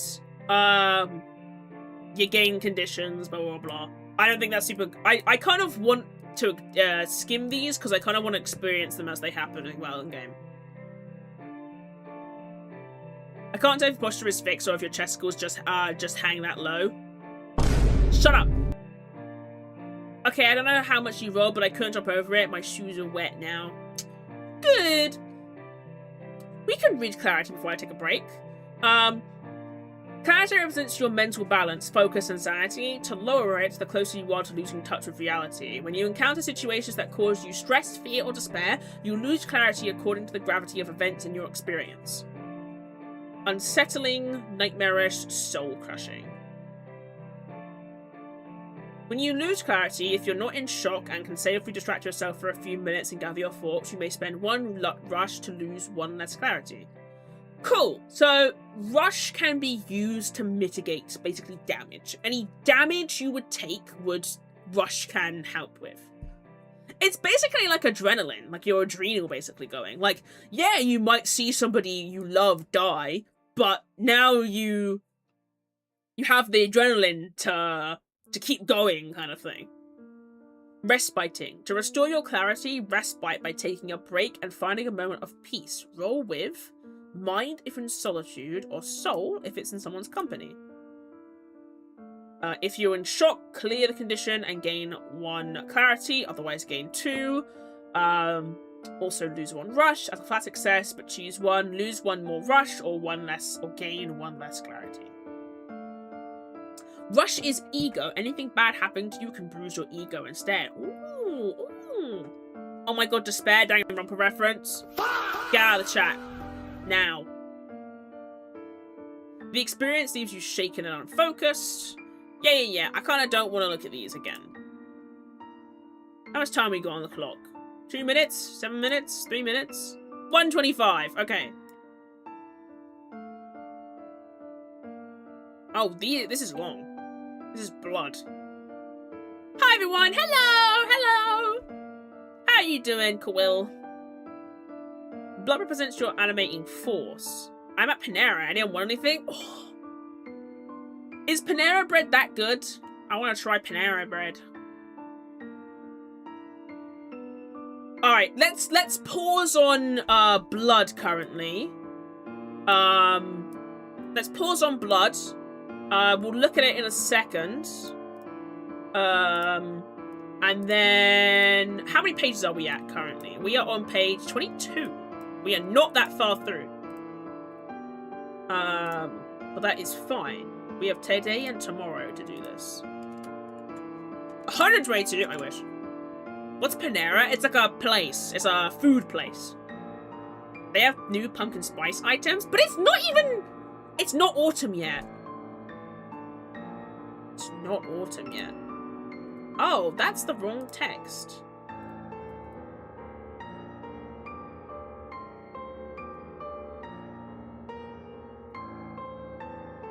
Why is that the wrong text?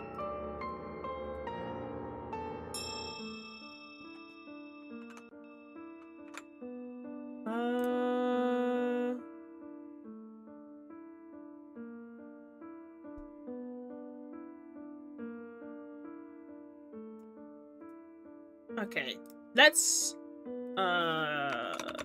timer, go away. Let me sort you out, timer. I want BRB, but I want...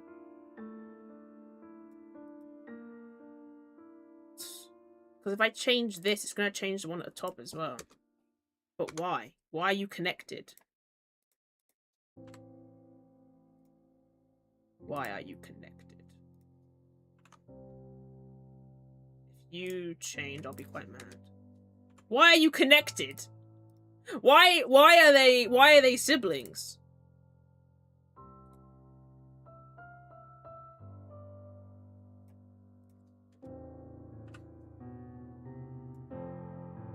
Why are you siblings?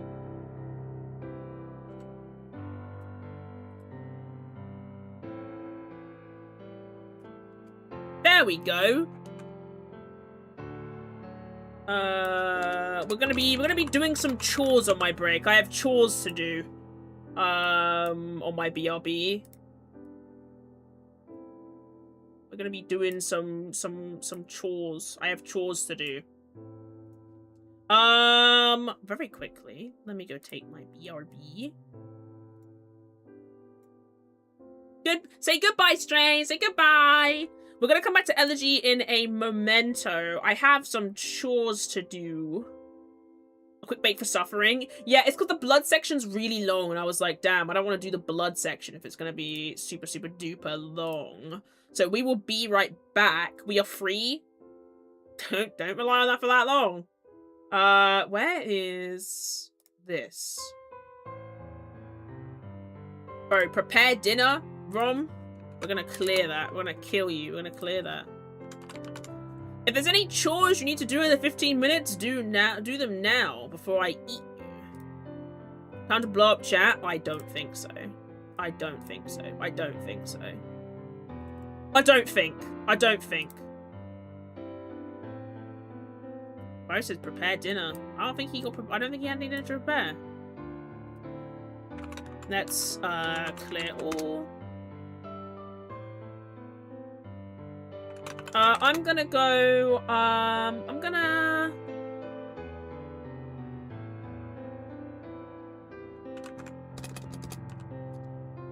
One of my tasks is actually sheets.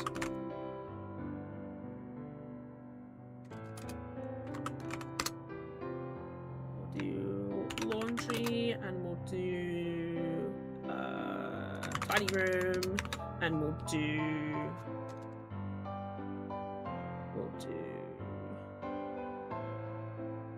I mean, that's pretty much it. I don't have anything else I can do. Right. Let's do timer 15, 15, 10. Hey, Blue!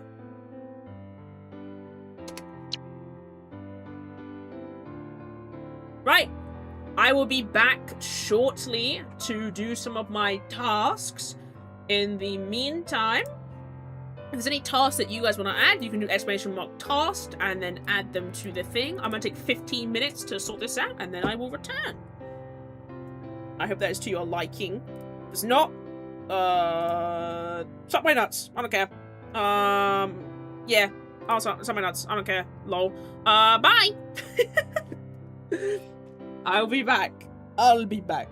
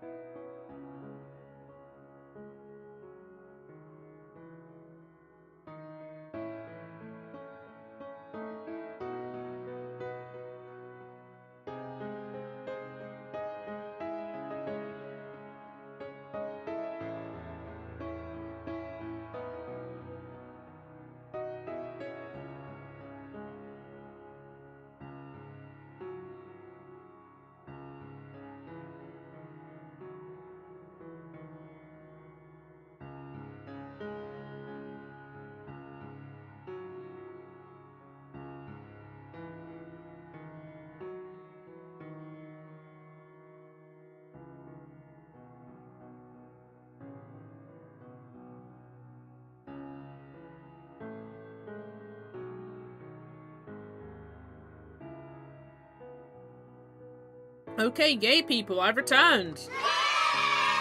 I'm back from gay hell.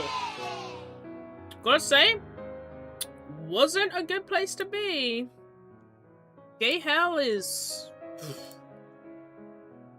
well, it's something. Hi. Hello! Are you two also back from gay hell? As opposed to straight hell. What's straight hell like, do you think? What do you think it's like? It's probably straight. Also, I did finish this task. Back from shopping? Hell yeah. Look how many tasks I finished. Locked in. Locked and loaded. Now, I'm gonna write my new tasks. Very quickly. I finished my laundry. Isn't that scary? I finished my laundry. I finished my laundry. Also, the Spotify just stopped playing the music. There you go. It's back now. It's back now. It's back. I returned. Right. Shall we get back into ELEGY? I think we should get back into ELEGY. How do I get rid of you, overlay? Yes. Pomo timer. You're good, but we gotta get rid of you.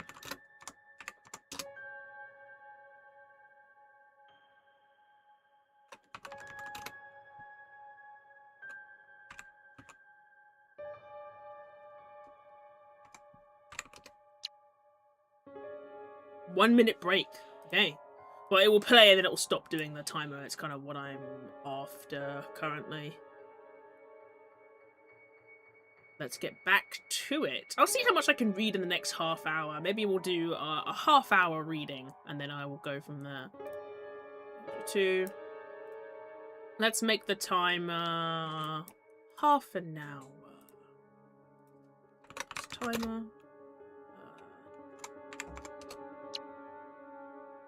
Lovely. Back to ELEGY we go. Back to the spookiness. So we were last on the blood section. I didn't actually really go super through the blood section. So let's take another hearty look at it. Because we did clarity and we did health. So why is my models leaning in so much? Anyway, blood loss, blood loss, blood loss. Blood represents your animating force and sanitation gained from consuming blood. The lower it is, the hungrier you become, and the closer you are to being taken over by instincts or even stop moving. When you wake up or use a supernatural ability, you lose blood according to what you're doing. Flow your blood. When you channel the blood within your corpse to activate a supernatural power or endure the day, lose blood as prompted and roll with the prompted attribute. The effect is activated, gain +1 rust if using an aspect. The effect is activated but lose 1 blood. The effect is activated but at a high cost, lose 1 blood and pick 1. Strains at your health. You lose 1 health. 1 clarity. It wastes time, has an inconvenient side effect, or puts you in a bad position. Lose 1 rush. Damn. Those are fucking gnarly. Those are awful. When you restore the appearance of a living body, flow your blood with soul. For the rest of the scene, add +1 every roll you make by acting as a regular mortal. You don't need to roll again if you've already activated this power this scene. Okay. Okay. I don't know what flow your blood with soul.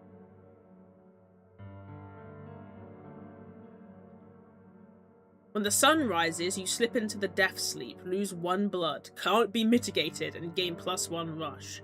If you violated a law or custom of vampire society tonight, try your standing. To instead stay awake through the day, lose 2 blood and flow your blood with soul, or on any success you remain awake for 1 day scene.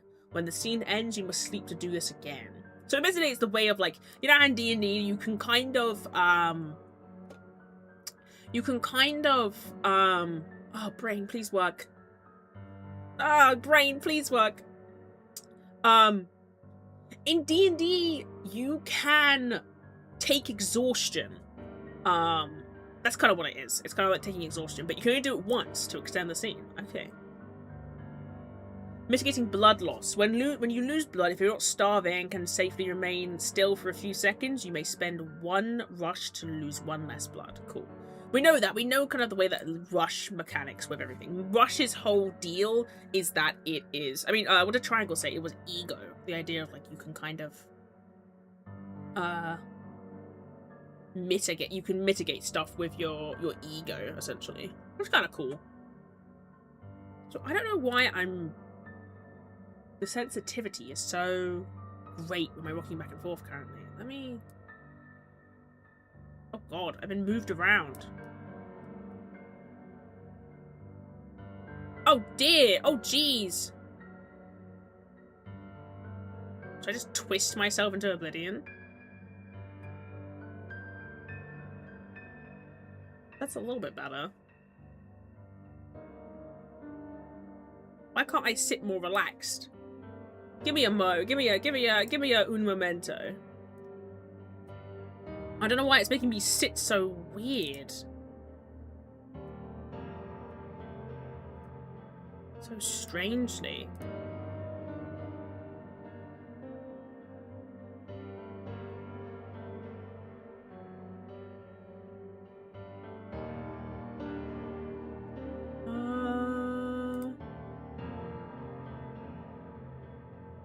Slightly ominous.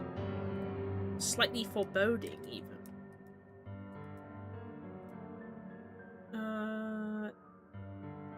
Environment, camera 2, free look.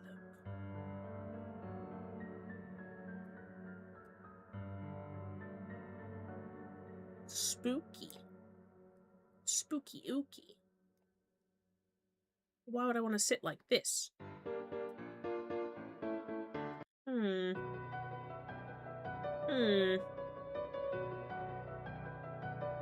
Why would I want to sit like this, though?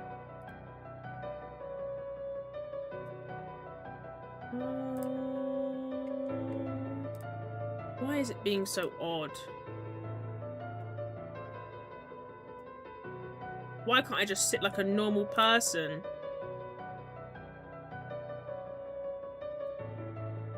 My arms are broken! My arms!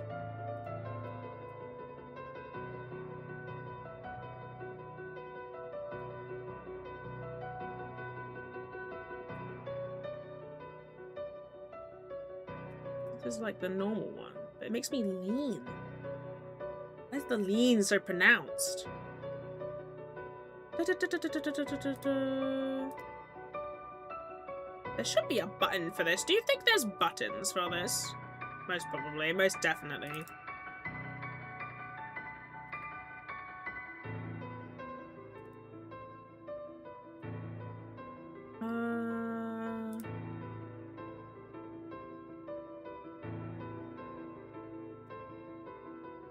There you go.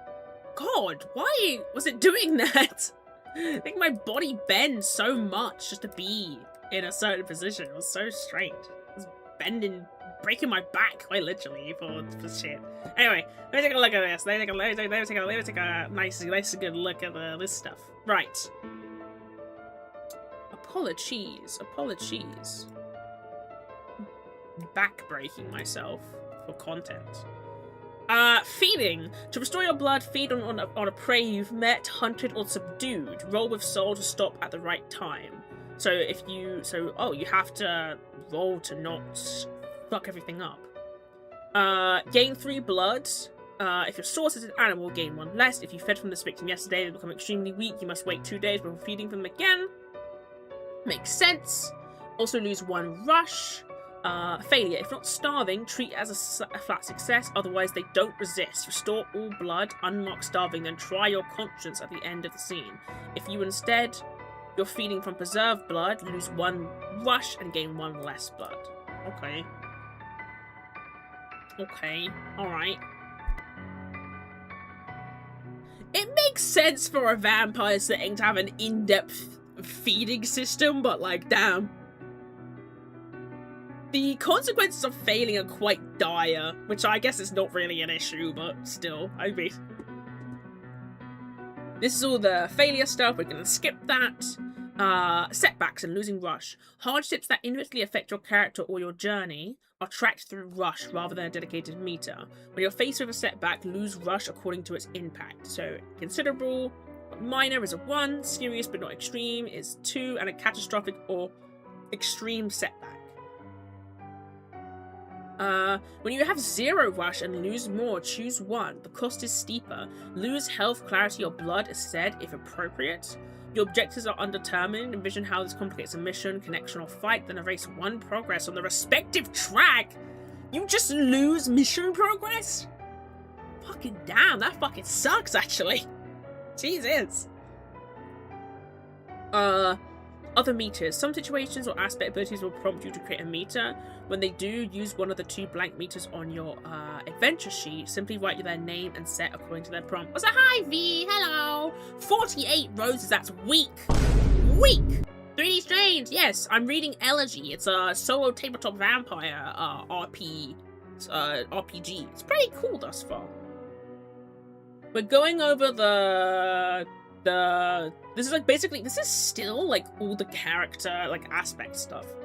We haven't actually got to the powers yet, but we're pretty, not that far through, but still.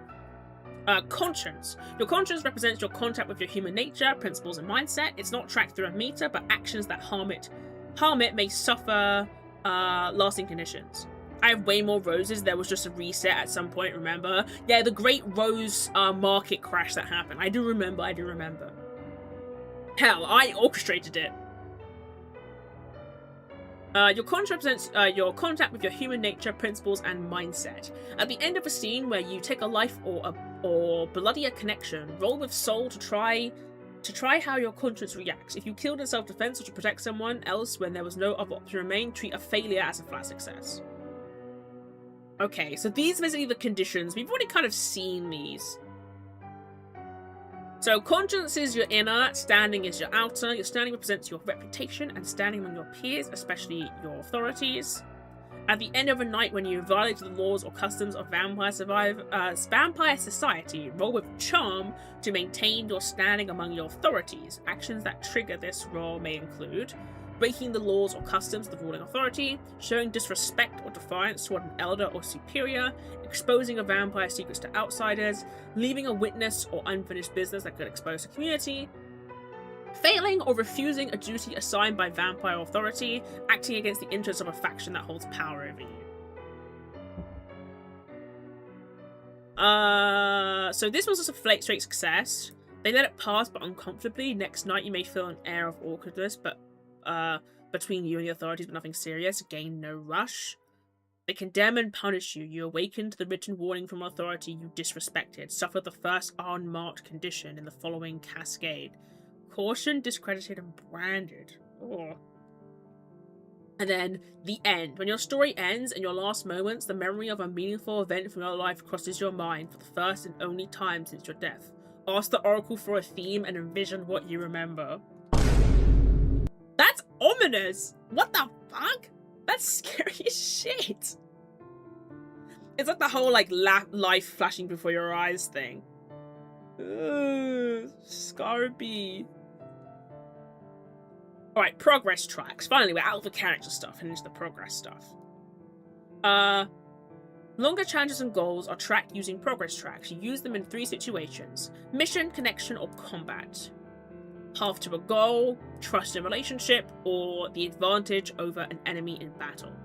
When you create a progress track, assign a rank reflecting its difficulty. Tracks have 10 boxes. As you make headway, mark progress according to the rank. Higher ranks take more effort to complete.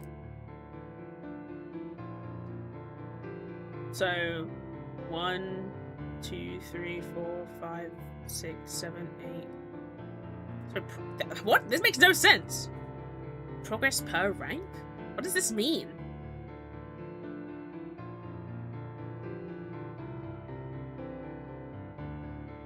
Because that's... Wait. Tracks have 10 boxes. As you make headway, mark progress according to the rank. Higher ranks are more than its thing. When you create a progress track, assign a rank reflecting its difficulty. So these are just the difficulties. Okay. Cool. Why is it so complicated? Okay.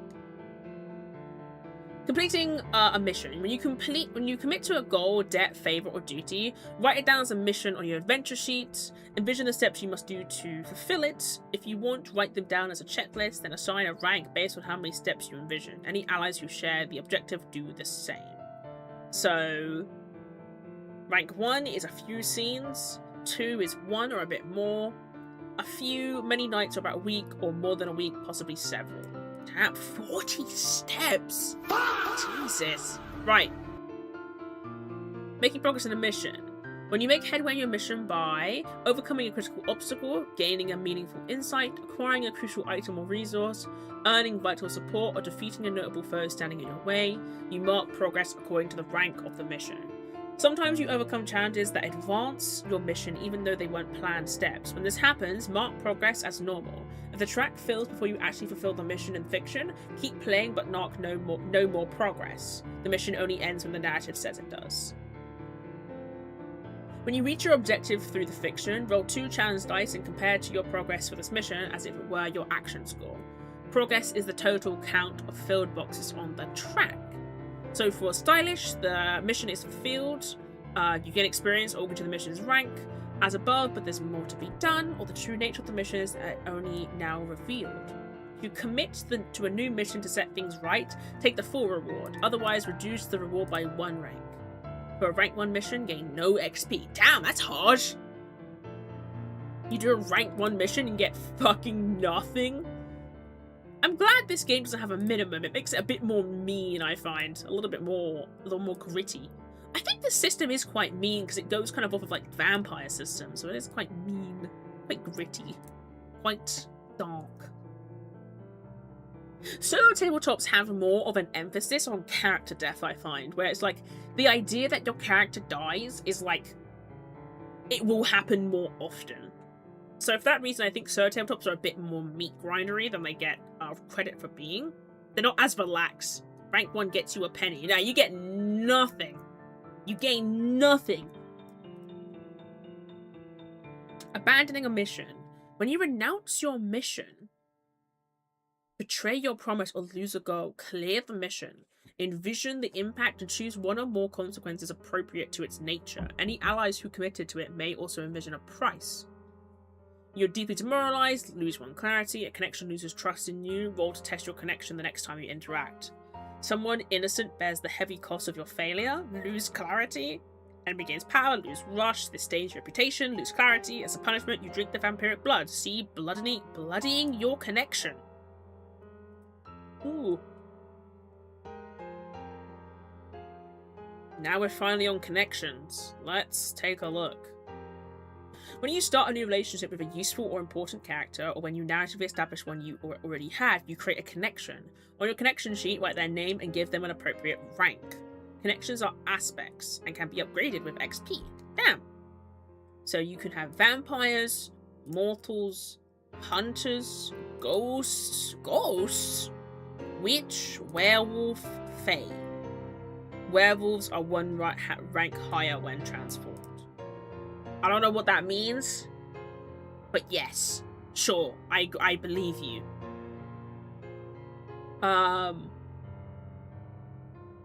Recent ghost or a wraith? Oh, ghosts are scary. So you can't have a rank 5 ghost. You can only have a rank 2 ghost. Or these are like the base ones, or common NPC ranks. Okay, oh, so these are like the common. Okay, cool. When you reinforce your relationship with a connection, I guess by just doing shit with them,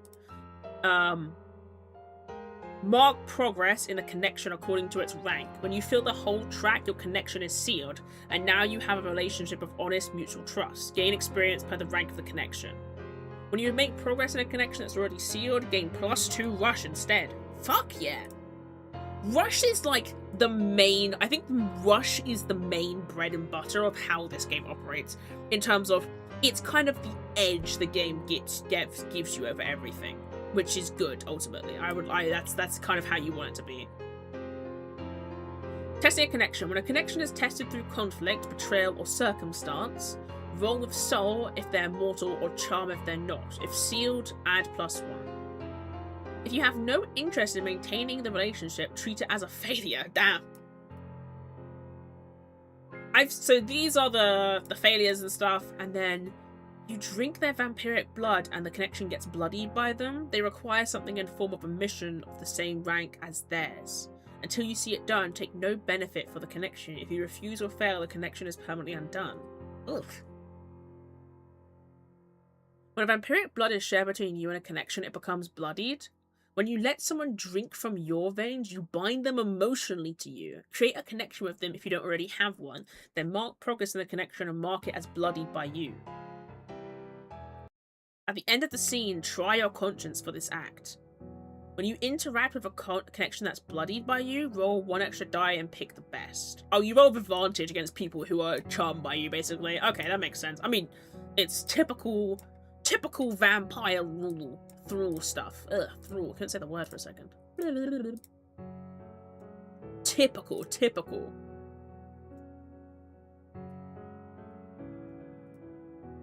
When you drink from a vampire's veins, you become emotionally bound to them. Create a connection if you already have one and mark it as bloodied by them. If you drank against your will, the connection has no dots or feats. It's not a real relationship and grants you no bonuses. Acting against a connection bloodied by them goes against your deepest impulses. When you roll against them, subtract their rank. Jesus Christ! So if you get enthralled by an ancient vampire, you -5 to your roll. Jesus Christ. But that could make something that could be quite interesting for a rank 1, though, because you could still succeed against them. That's kind of interesting. A connection may sometimes accompany you in dangerous missions as a partner, lackey, or ally. When they do so, create a pulse meter for them on your character sheet. Their standard maximum pulse equals their rank +2. When a connection takes damage, they lose pulse just as you would lose health. You may also envision your connection taking a hit as the price of an action roll when it fits the moment. This is kind of if your connection dies. Oh my god! There's a 10% chance they just outright die. I think Triangle said that, yeah, to get a match is a 10% chance in this system. On a match, they are dead or destroyed. There's a 10% chance your fucking guy dies. Jeez Louise. Rough days, rough times. Okay.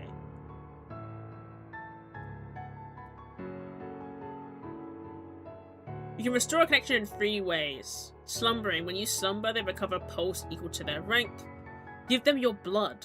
Restore their pulse by 1, 2, or 3 and lose the exact same amount of blood. If the connection wasn't already bloodied by you, it becomes so. So, you make people become vampires to save them, potentially. Spooky.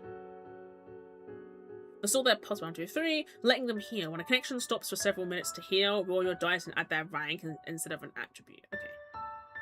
And then that's the success thing. Cool. That makes sense. That makes more sense. Sorry, there's things in my hair. I need to take them out. Hold on. My bands in my hair are, like, breaking because they're, like, kind of weak.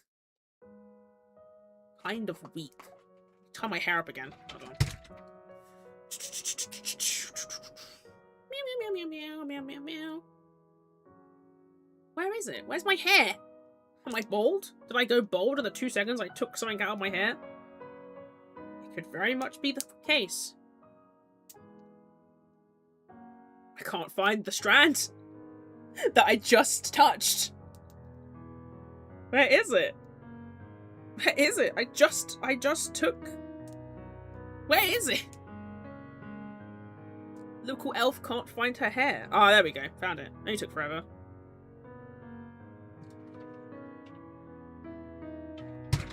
Nope. Okay, cool. Whatever. I'll just tie it up for now. Right. Combat. When you engage one or more adversaries, assign each a rank. If an adversary has supernatural powers or wears military-grade armor, create a progress track for them. Regular mortals are taken out in 1 hit. That makes sense. This is a little guy. When attacking an adversary, roll with body. You land your attack. If your adversary has no progress tracks, they are instantly defeated. Otherwise, mark progress according to your damage.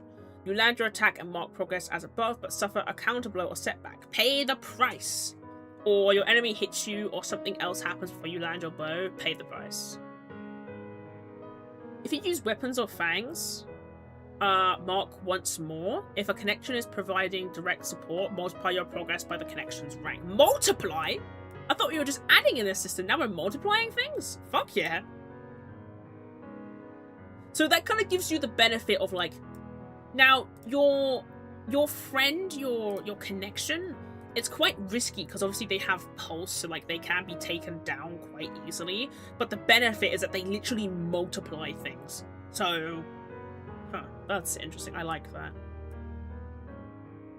When you fail an adversary's progress track, they are down. You and each ally who fought gain rush equal to their rank.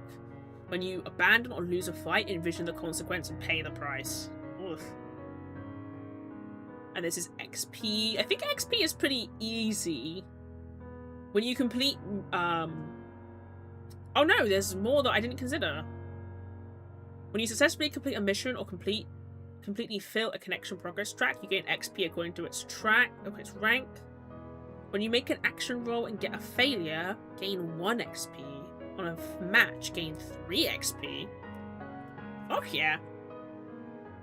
As you play, you may end up with the unresolved threads, mysterious events, or details you're curious about. When you slumber, write a lingering question as a loose end. When you solve it, mark it tied and gain 1 XP. Loose ends don't require a full mission to answer. If a mission doesn't resolve one, gain XP for both the mission and the loose end. You may spend 10 XP to upgrade an aspect you already own, and 15 XP to acquire a new one. To upgrade an aspect you already own, pick a new ability for it, spend 10 XP and slumber. If the aspect is a mystery, you must follow the same process as acquiring a new mystery. Okay. Acquiring a new aspect. If it's one of your 3 innate gifts, slumber. Otherwise, find a connection who has that gift and convince them to teach you. Commit to a mission in their favour at 1 rank below theirs and complete it. Then envision a scene where they teach you and slumber. Once a connection has agreed to teach you, you don't need to convince them for future gifts they know. Mystery. Convince a connection who knows the mystery to teach you. Commit to a mission in their favour as above. Edge or expertise. Consider the narrative circumstance that justify acquiring this aspect, then slumber. Or connections and burdens are never required with XP, but when the fictions or rules demand it. See the relevant section for details. Notating XP. Record your XP using tally marks. Group tallies into 5 mark units using any pattern or arrangement you'd like. Once a unit reaches 5 marks, start the new one. When spending XP, cross out or fill in the required number of units. 3 units to acquire an aspect, or 2 units to acquire to upgrade an aspect. Thanks for the hydrate! And unshrimp. I will unshrimp. Actually, I don't want to unshrimp. Actually, I do. I don't wanna unshrimp. I don't wanna. I wanna be a shrimp forever. I wanna be a shrimp forever. Okay, Jesus fucking Christ. There's a lot in this glossary.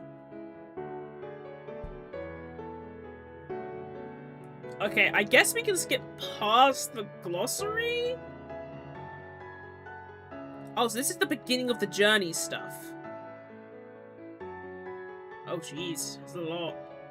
Oh, you well build. To customize your setting and tailor it to your story, you'll pick your truths. Truths are assumptions about your world that give it flavor, establish what's possible, and shape what undeath is like. For each category in this section, choose one option to make it true in your vampire world. Your choice will set the background and tone of your stories and may even inspire missions. If none of the sample truths in this category fit your vision, feel free to adapt or replace them with your own. The truths you choose are recorded on the truth side of your world sheet. Vampirism to be a... See, this would fit the setting that I'm writing, a genetic mutation. That's what would be... That would fit, a genetic mutation. The vampire's 8 powers are... inherited from the progenitor, seemingly random, influenced. I think this would also fit the whole progenitor thing. Population. How many vampires exist among mortals? I'll probably go some. Not that many. Political landscape. Your city's political landscape is marked primarily conflict, division, unity. Ooh.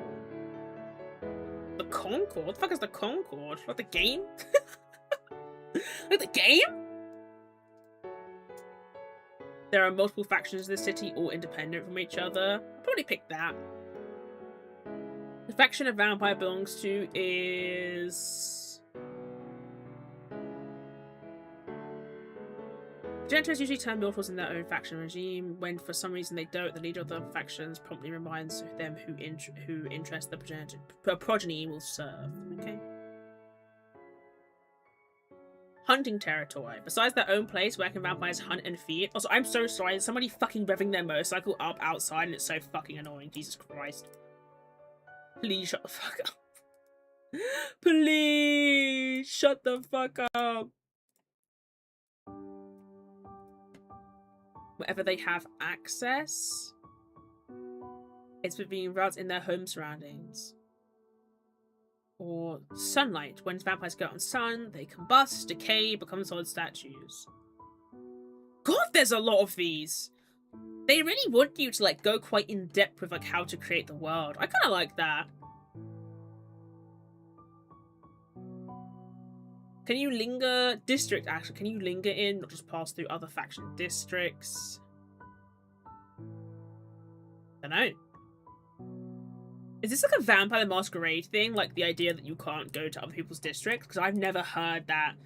I know that vampires can't go into people's houses, but I didn't know it was a district thing as well.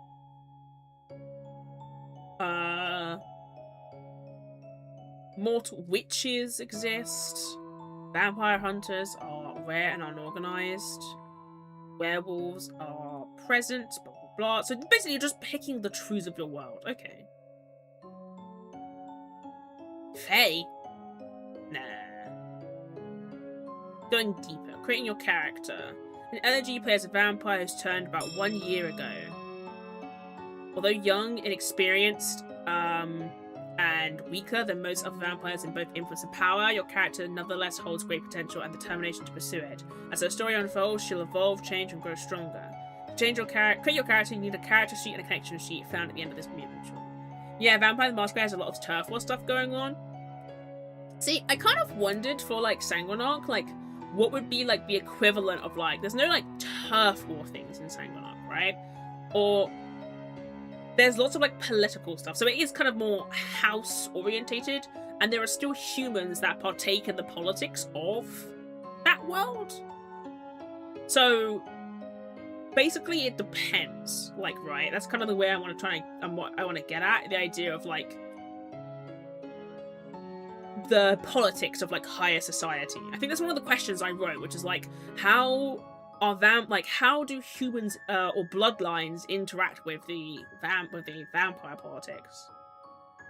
And one of the ideas I wrote was like, they have to tread quite carefully. But that also means that as a result, they're quite dangerous because they are basically competing with wolves as sheep. If there's the best way to I can describe it in my mind currently.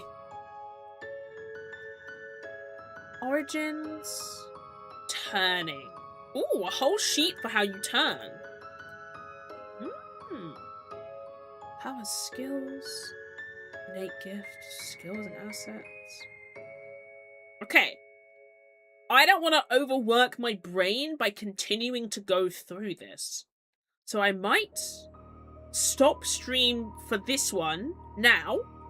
And then that means that when I come back tomorrow, I know, spoiling you, tomorrow I will have a lot more time to go over this, and maybe I will also have time to create a character. And perhaps set up a solo roll 20 for myself for this one. And go from there. Because the idea would be is that I would form this around the setting that I've kind of half built. And then kind of just use these to go from there. So where did we end off? We ended off on Origins, which is page 44. 44. Which is, how much percentage is that through? We did skip the glossary section, though. So what? 44 divided by 1... 44 divided by 194 equals 22% of the way through. Not too bad. And most of the ending stuff is other bits. Oh, hello, Juicy! Emergency quest raid. Hello, Juicy. Hello, Barcode. Hello, Idol. Hello, everybody else. How was Nikke? How was Nikke? Get your roses. Her own Terranfold. Thank you for the shout out. You're welcome. You're welcome, you're welcome, you're welcome, you're welcome. Hello, I am MissedStrange. You can call me Strange, I don't mind. I am a chaotic, unsay-so storyteller with an addiction to words, as you can so lovingly see on my right. Sorry, my hands are flipped. Currently, I'm just reading through. Well, I'm going to stop reading today. But I was reading through this solo tabletop system called ELEGY, where you play as a vampire in a city. And there's lots of spooky stuff. Love this bottle, looks great. Thank you so much. You just finished the Persona event? Oh yeah, I forgot they added Persona into the game. I forgot they added Persona into the game. How was it? How was it good? Was it a good collab? I saw that they were quite respectful to the characters. They didn't like overly sexualize the high schoolers. It was good. It was good shit. It was really good. I'm glad. I'm very glad for that. Yes, which was great. Exactly. Now, I am going to stop reading this book. However, currently, I am going to come back tomorrow and read it. I was just about to end the stream, but there is one thing I want to very quickly do. I need to create some cheat sheets for my players for my Wilderfeast game. I'm running another TTRPG on this is a bit dramatic. I'm running another TTRPG on words. I am running another one-shot tabletop on Sunday. I'm going to be running Wilderfeast, and Wilderfeast is a Monster Hunter-inspired tabletop where you hunt the monsters and you cook them and you eat them. I made my players sheets yesterday, but I need to make them little cheat sheets for the game entirely, so I'm going to do that now. I'm going to do that now. Also, did they get a follow? I saw the little guys dancing. Why do they dance? It's like a fun one. It's very fun. If you want to check out ELEGY, I am not sponsored.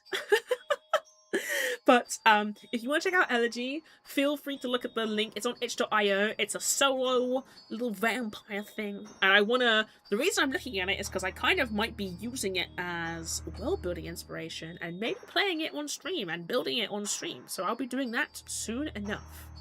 Currently, I'm going to very quickly create some cheat sheets for my players on Wilderfeast. Give me just a moment to get up my overlay. Yes, yes, yes. I hear you. I hear you.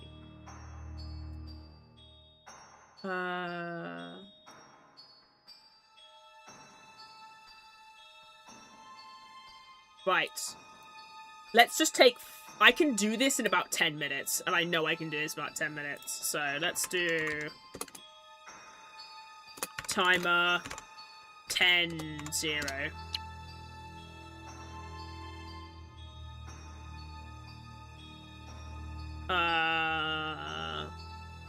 Let's do this.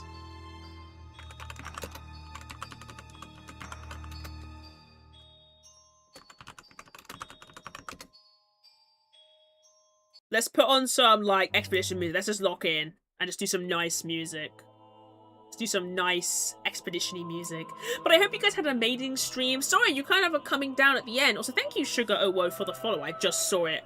Twitch has been a bit stinky with me currently with the way my notifications work, so I'm gonna try and fix that maybe tomorrow on stream. No, it's all good. It's absolutely fine. I know. I'll find someone to raid soon enough. Twitch being Twitch is stinky. Yeah, I'm really excited to run this tabletop. I've been wanting to delve more into other tabletops and perhaps into more solo tabletops for like world building and stuff. So yes. I need the Wilderfeast quick start. Because they have all of the cheat sheets.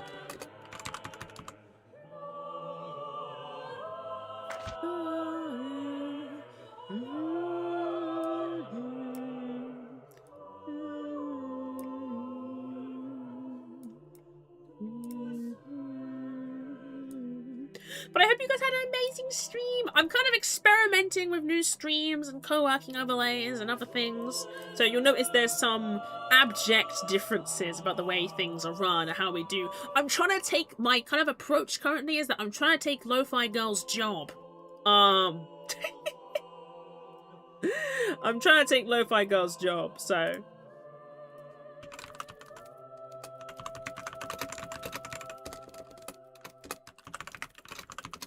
Yeah, I need to start being brave and try new things too. To be completely honest, I set this up on stream live. I have like some 3D backgrounds that I use and like some other things, but this one moves with my face and stuff, blah blah blah. But yes, I recommend just, honestly, your community will not mind if you just do it on stream. At least that's what I found. My community don't give a fuck as long as they can talk to me.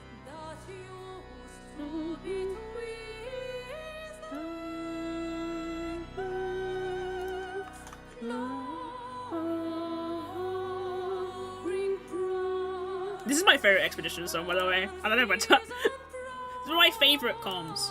Mine much bullies. Oh, so mine, but, you know, what can you do? What can you do? They stink. Just tell them they stink to their face. What are they gonna do? Fight you? Kill them!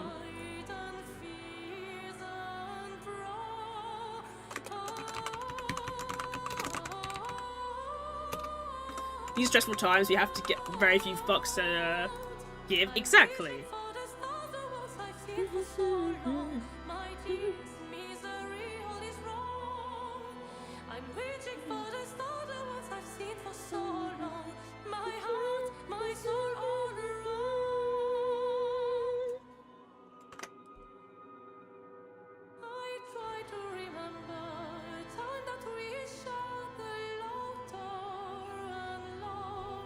Yeah, I'm just going through the quick start PDF and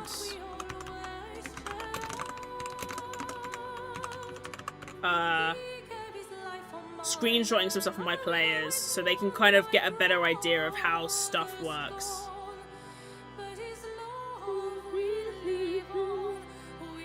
Please, ladies, no tank bustering each other. Please, tank buster... Buster tank? I'll bust a tank. Noting down the monster hunting eating game for later. It's called I call it Wilderfeasts. Maybe Wilderfeast, but Wilderfeast sounds better. It sounds like Wildebeest, you know what I mean?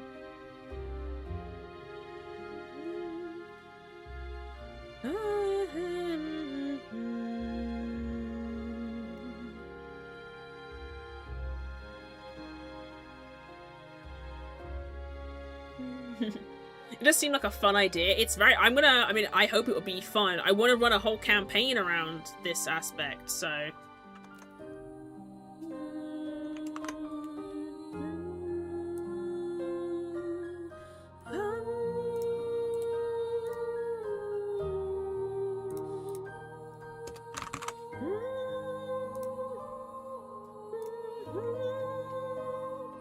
So pretty.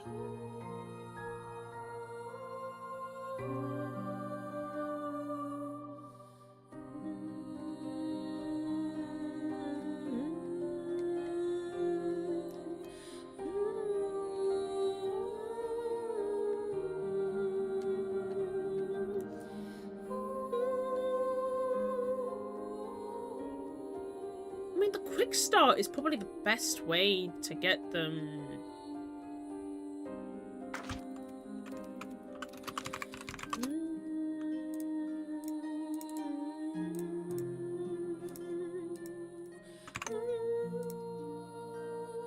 Yes, try Wilderfeast. Also, I mean, try, if you play Storyteller Tops, try ELEGY out as well.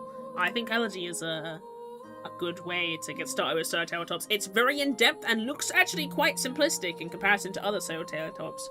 If not, just try D&D with D20s only. D20 only D&D. No D6s, no D10s, no damage. Only women. I've never done any of that? You've never tried a Sir Tabletop? Chat, does she know? Do they know? You should try one. It's good for generating ideas. I want to try the one that I was talking about today.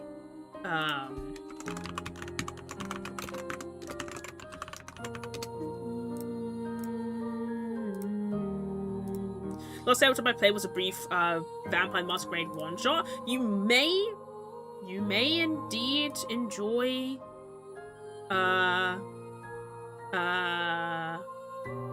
you may enjoy Elegy then. If you want to try solo Vampire Masquerade, I'd say give it a try.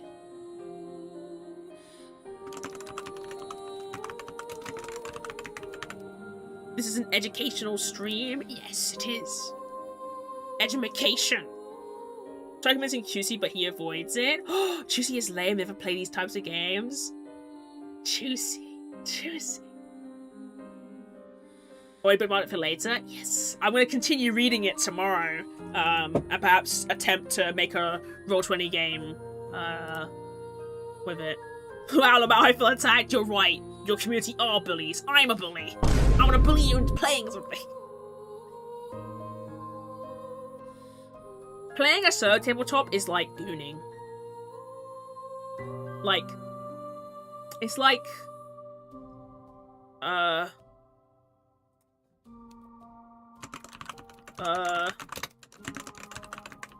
it's like, I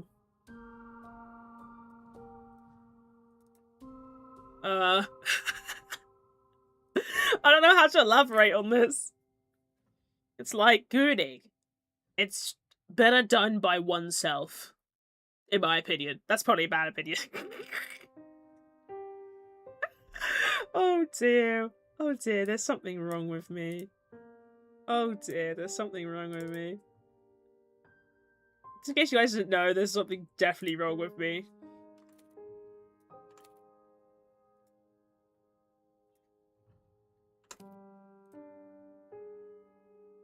Strange as advertised, exactly. Oh, skin.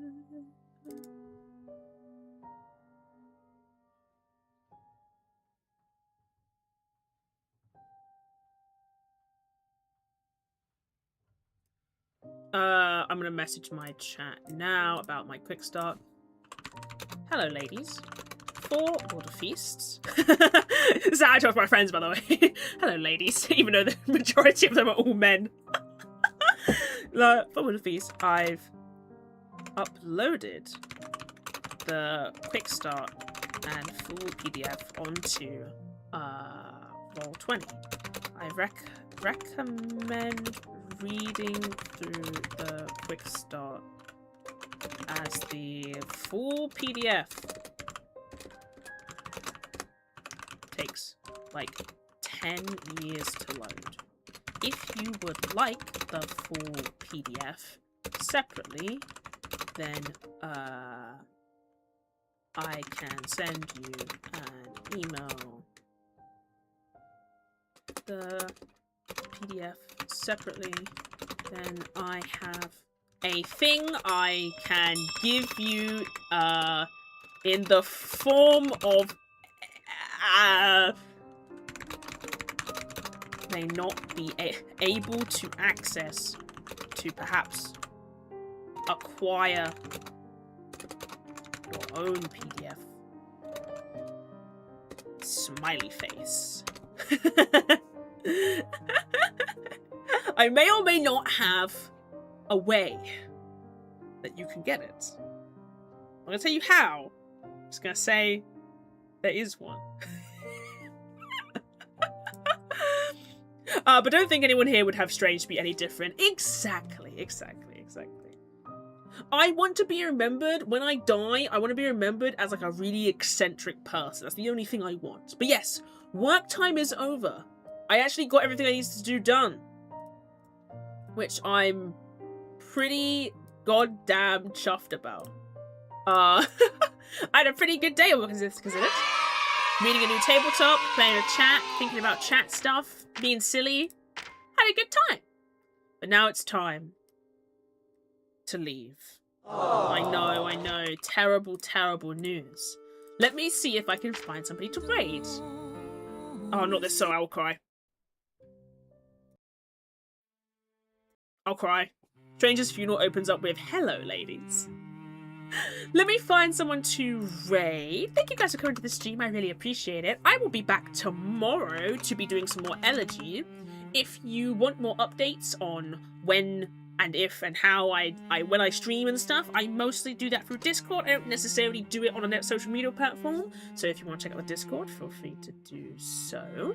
I am going to send you guys over to... Don't know currently. Let's do a check.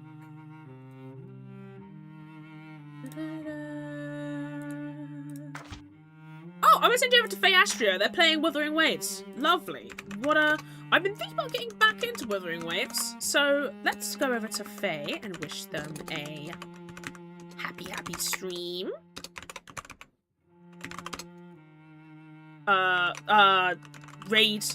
Raid sub. Jesus Christ, I forgot to do my own thing.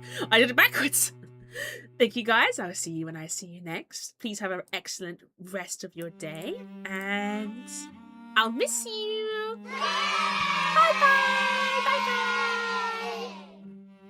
Bye-bye. Ah, yes, just in time to show up. No, 64. It's fine.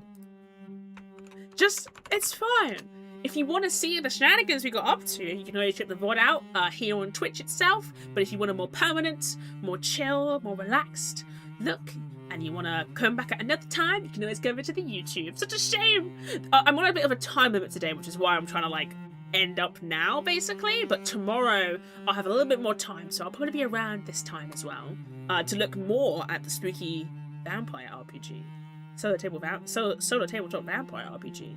And perhaps, even, create my own character and worlds tomorrow. Hopefully. Here's hoping. Fingers crossed. Can I cross my fingers? Oh, I can cross my fingers! Cross my fingers. I hope I can make a character tomorrow. Thank you, Caleb Snyder the Dragon, for the follow, but unfortunately, I'm gonna send you to Faye. Bye bye.